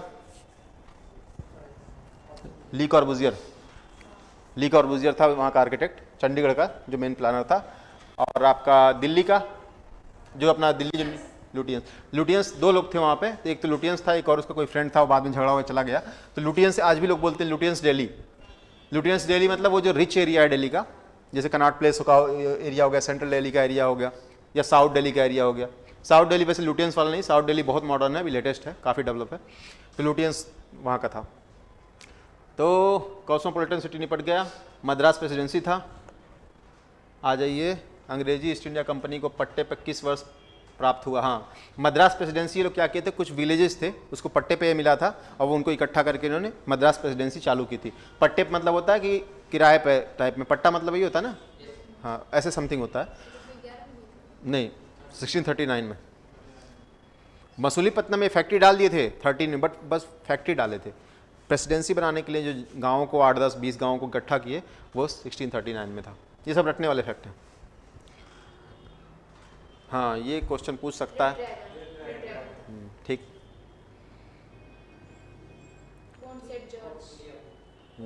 नहीं जॉर्ज भाई, आप ये देखो ना, जब प्रेसिडेंसी उनकी साउथ में बन रही है, विलियम कहाँ पे है पहले बताओ? कोलकाता में। तो पहले फोर्टिफिकेशन कहाँ करेंगे जहाँ पे इनकी पहली प्रेसिडेंसी है? सेंट जॉर्ज, तमिलनाडु होगा, समझ रहे हो? केरल कहाँ होगा मेरे भाई? मैप तुम लोगों को नहीं पता है। अपने रूम में जाइए और दो काम करिए, दो मैप खरीदिए, एक फिजिकल मैप खरीदिए, एक पॉलिटिकल मैप खरीदिए। और सिर्फ इंडिया का नहीं, जैसे वो इंडिया का वो पॉलिटिकल मैप है। पॉलिटिकल मैप मतलब होता है जिसमें टेरिटरी डिफाइन हो, क्योंकि पॉलिटिकल एक्सटेंट बताता है आपका। और फिजिकल मैप होता है, आपका बताता है कि वहाँ पे एलिवेशन लेवल क्या है, वेजिटेशन किस तरीके का है, इतना आपको पता चल जाता है। तो आप देखिए वर्ल्ड मैप में, देखिए वो जो है फिजिकल उधर का है, इधर ये पॉलिटिकल है, दिस वन इज पॉलिटिकल, ये सबसे साइड वाला, और जो उधर है सबसे कॉर्नर में वो फिजिकल मैप है, ठीक ना? तो उससे क्या होगा, और रोज उसको देखिए, आपको सबसे खास बात आपको जियो पॉलिटिक्स समझ में आएगा। आज के डेट में यूक्रेन पे रसिया जो होते थे पहले ज़माने में, कि किसी जैसे ट्रॉय की एक कहानी है, ट्रॉय आप देखे हो? ट्रॉय एक मूवी है, देखना, ब्रैड पिट की मूवी है, अच्छी मूवी है। तो ट्रॉय में क्या होता है कि ब्रैड पिट जिस साइड से लड़ रहा होता है, उधर की क्वीन को एक दूसरा राजा आता है और उसको लेके चला जाता है, तो ये राजा उसके ऊपर वॉर इम्पोज कर देता है, समझ रहे हो? तो ये पहले ज़माने में होता था। आज के ज़माने में पिछले 100-200 साल में कोई भी लड़ाई जज्बातों के दम पर नहीं हुई है, बड़ी लड़ाई, समझ रहे हो? रोड चौराहे पर हो जाए भले बात अलग है, बड़ी लड़ाई जहाँ होती है, जहाँ हजारों सैनिक जाते हैं, उसके पीछे कोई ना कोई इकोनॉमिक रीजन होता है, फिर पॉलिटिकल रीजन होता है, पॉलिटिकल इकोनॉमिक जुड़े होते हैं। और उसको फायर कौन देता है? सोशल देता है। जैसे रशिया क्या बोल रहा है कि जो डॉनबॉस रीजन में है, जो क्रीमिया में लोग हैं, वो रशियन लोग हैं। तो वो क्या है, एक सोशल आइडेंटिटी है वहाँ की, मतलब नेशनल आइडेंटिटी है, वो उसको बैक कर रहा है कि ये लोग हमें सपोर्ट करते हैं, इनके ऊपर यूक्रेन वो कर रहा है, वो बहाना लेके वॉर इम्पोज किया है, ठीक। और उसका रीजन क्या है? इकोनॉमिकल रीजन है, पॉलिटिकल रीजन है। उसमें अमेरिका पीछे से बैक कर रहा है। अमेरिका और पूरा नाटो में 27 कंट्री हैं, अगर उनको यूक्रेन को सपोर्ट करना था तो वो बोलते भाई तू एक काम कर, तू अभी ट्रीटी साइन कर ले नाटो, हम बिहाना भेज रहे हैं कट्टा बम, बोलता कि नहीं बोलता? लेकिन कोई नहीं कर रहे हैं, वो सब बस हाँ पीछे से हथियार भेज दे रहे हैं, लेकिन अपने सैनिक नहीं। क्योंकि अगर आप नेटो का रूल ये है कि attack on one attack on all, NATO is a military alliance, और जो यूरोपियन यूनियन है वो इकोनॉमिक अलायंस है। तो यूरोपियन यूनियन का पार्ट कोई बन सकता है, उसमें रशिया को प्रॉब्लम नहीं थी। लेकिन जब आप मिलिट्री, अभी मान लीजिए इंडिया है, इंडिया के बगल में नेपाल है, भूटान है, कल को चाइना के साथ अगर मिलिट्री अलायंस में आए, तो मिलिट्री अलायंस मतलब क्या हुआ? वॉर। आप है, आपके पड़ोसी कल को घर में 2-3 एक राइफल ला के रखा, तो आप डरोगे अगले दिन। तो अगर आप उससे ताकतवर हो तो अगले दिन आप ही पहुंच जाओगे घर पे, ठीक, तोप वोप लेके। तो जो रशिया कर रहा है वो गलत नहीं है। तो बस कहानी तो यहाँ तक खत्म हो गई। बस हाँ, आप वो पढ़ते रहो, मैप पढ़ते रहो कि आपका जैसे कि कहाँ पे थे, ये है इंडिया और ये है आपका यहाँ से केरल आता है ये, ठीक ना, और ये आपका तमिलनाडु है पूरा पूरा यहाँ तक। ये आपका कर्नाटका ऐसे बनता है, यहाँ छोटा सा गोवा है कर्नाटका महाराष्ट्र के बीच में, यहाँ पुलिकट लेक है, यहाँ से महाराष्ट्र ऐसे चालू होता है, मतलब आंध्र प्रदेश, सॉरी, ऐसे ऐसे करके उसका है मैप। यहाँ तेलंगाना है, ये एक्चुअली कर्नाटका इधर तक आएगा, ये थोड़ा मैप गड़बड़ हो गया, कर्नाटका इधर तक आएगा और इधर आपका पूरा महाराष्ट्र आता है। यहाँ छत्तीसगढ़ आ गया, यहाँ उड़ीसा आ गया, फिर आपका इधर आपका क्या आता है, बंगाल आ गया आपका, इधर आपका बिहार हो गया, यहाँ नीचे झारखंड हो गया, यहाँ पे आपका एमपी हो गया, यहाँ राजस्थान हो गया, ये आपका गुजरात बन जाता है। ठीक, राजस्थान इधर तक जाता है। राजस्थान की बाउंड्री जो है राजस्थान और गुजरात की दोनों पाकिस्तान से मिलती है। ठीक, राजस्थान हो गया, गुजरात हो गया, पंजाब हो गया और ऊपर कश्मीर हो गया। ये सब आप जब मैप देखोगे आपके दिमाग में रहेगा, दिमाग में सोचा हाँ हाँ ये स्टेट मिलते हैं, पूछ देगा कौन कौन से स्टेट हैं जो पाकिस्तान से बाउंड्री शेयर करते हैं, कौन कौन से स्टेट जो बांग्लादेश से बाउंड्री शेयर करते हैं, कौन से नेपाल से शेयर करते हैं, आपके दिमाग में होना चाहिए। नेपाल से कौन कौन शेयर करते बताइए? उत्तराखंड है, बिहार, यूपी, सिक्किम, पश्चिम बंगाल। और उससे बांग्लादेश से कौन कौन करता है? त्रिपुरा है, मेघालय है, असम है, इधर से पश्चिम बंगाल है। बस सिक्किम भी करता है? नहीं, सिक्किम नहीं, सिक्किम के बीच में पश्चिम बंगाल आ जाता है। फंस गए बाबू, हैं कैसे चलेगा? सिक्किम जो है आप यहाँ पे इसको चिकन नेक बोलते हैं। हाँ, चिकन नहीं बोलते, सिलीगुड़ी देखिए बोलते हैं। यहाँ से जो है अपना नेपाल यहाँ तक आता है और यहाँ से सिक्किम उड़ जाता है, फिर यहाँ से भूटान निकल जाता है और यहाँ पे क्या है, ऐसे ये बांग्लादेश है, ये आपका धीरे से आता है नीचे से यहाँ पे, ये पश्चिम बंगाल है और ये आपका बिहार है, नीचे झारखंड है, ये झारखंड का एरिया है। ठीक, होता क्या है, ये पतला सा एरिया जो कि ये नेपाल है, ये नेपाल है और इधर आपका बांग्लादेश है, ये एरिया, तो ये पतला सा एरिया है ना, इसी को चिकन नेक बोलते हैं। और यहाँ पे डोकलाम प्लाटू, ये भूटान का पार्ट है, डोकलाम प्लाटू एक्चुअली भूटान का पार्ट है, बट चूंकि भूटान से हमारी ट्रीटी है कि उनके जो भी डिफेंस के मैटर होंगे हम देखेंगे। तो जब डोकलाम के बगल में जाके चाइना अपनी जगह पर काम कर रहा था, अपने घर में काम कर रहा था, लेकिन वहाँ पे वो स्ट्रेटेजिकली वहाँ पे इंपॉर्टेंट मिलिट्री पोस्ट बना रहा था। तो आप मिलिट्री पोस्ट क्यों बनाते हो? किसी पर अटैक करने के लिए। तो इंडिया बोला भाई यहाँ से तुम अपनी दुकान हटाओ, नहीं तो हम आ रहे हैं। तो इंडिया ने भी वहाँ पे स्टैंड ऑफ हो गया था। आप लोग पढ़े, स्टैंड ऑफ मतलब होता है तुम उधर कट्टा लेके खड़े हो, इधर कट्टा लेके खड़े हैं, ठीक। तो ये चीज़ हुआ था यहाँ पे डोकलाम प्लाटू, तो ये चिकन नेक बोलते हैं। तो यहाँ पे सिक्किम है, सिक्किम और बांग्लादेश के बीच में आता है आपका पश्चिम बंगाल आता है। इसके पीछे आप एक स्टेट भूली थी, मिजोरम। ठीक, आपने एक स्टेट नहीं बताया था, मिजोरम। तो जो ये एरिया है ना नीचे, जो इंडिया जो बांग्लादेश ऐसे ऐसे हो गया, ठीक, तो यहाँ पे आता है त्रिपुरा, फिर यहाँ आता है मिजोरम, और मिजोरम जो बाउंड्री शेयर करता है वो म्यांमार से शेयर करता है। और ये मिजोरम, फिर इसके ऊपर आपका आ गया नागालैंड, इधर आ गया आपका मणिपुर, इधर आपका अरुणाचल, हाँ मणिपुर नीचे होगा, और फिर इसके बाद से यहाँ असम आ गया। ये पहले सब असम राज्य का था, असम राज्य का हिस्सा था, लेकिन बाद में लैंग्वेज के कारण डिस्प्यूट हो गया और यहाँ पर मेघालय आता है, मेघालय ये एरिया। तो आपका पश्चिम बंगाल हो गया, मेघालय हो गया, असम हो गया, त्रिपुरा हो गया, मिजोरम हो गया, इतने स्टेट शेयर करते हैं। पाकिस्तान से हो गया, नेपाल से हो गया, इससे हो गया। अफगानिस्तान से हमारा कोई बाउंड्री है? एक्चुअली में नहीं है, बट ऑफिशियली है। ऑफिशियली डूरंड लाइन है, डूरंड लाइन जो है वो अफगान और पाकिस्तान के बीच में, लेकिन हाँ वहाँ पे हिस्सा मिलता है। 200 किलोमीटर की आई थिंक है वो, 100-200 किलोमीटर की जर्नी, या फिर उससे भी कम है शायद, 103 किलोमीटर है, हाँ। तो उसी के आसपास है वो एरिया। वो हमारे लिए ज़रूरी बन जाता था अगर हम उसे पाते हैं। तो एक्चुअली क्या, सेंट्रल एशिया की जो कंट्रीज़ है ना, ऐसे हमारा निकला है। ये मान लीजिए अफगानिस्तान है, ये पाकिस्तान हो गया, ये पीओके का एरिया है मान लो, ऐसे ऐसे। तो ये एरिया अगर है तो जो अफगानिस्तान है वो ऐसे घुसा है। और सबसे खास बात है, अफगानिस्तान का एक्सेस चाइना से भी है, इंडिया से भी है, पाकिस्तान से भी। अगर ये एरिया मिलता है तो हमें बस अफगानिस्तान को, तालिबान को कन्विंस करना होगा, फिर हमें सेंट्रल एशिया में डायरेक्ट रास्ता मिल जाएगा। हम अपना ट्रक के थ्रू सारा माल बेच सकते हैं सेंट्रल एशियन कंट्री में, और वहाँ से रशिया, रशिया से पूरे यूरोप में। सब ट्रेड का कमाल है, सब पैसे का कमाल है, सब धंधे का कमाल है, इसी में सारा लड़ाई झगड़ा होता है। चलो बहुत ज्ञान दे दिया आप लोगों को, फालतू का ज्ञान बहुत देता हूँ मैं। ठीक, यही होगा। तो हम आगे से 1 घंटा आपको वो पढ़ा देंगे, क्वेश्चन करा देंगे, ठीक।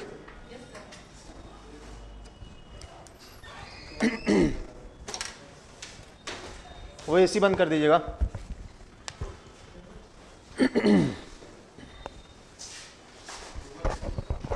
कुछ पूछना होगा तो आप लोग पूछ लिया करिएगा, ठीक। वैसे तो हम पूछते रहते हैं बट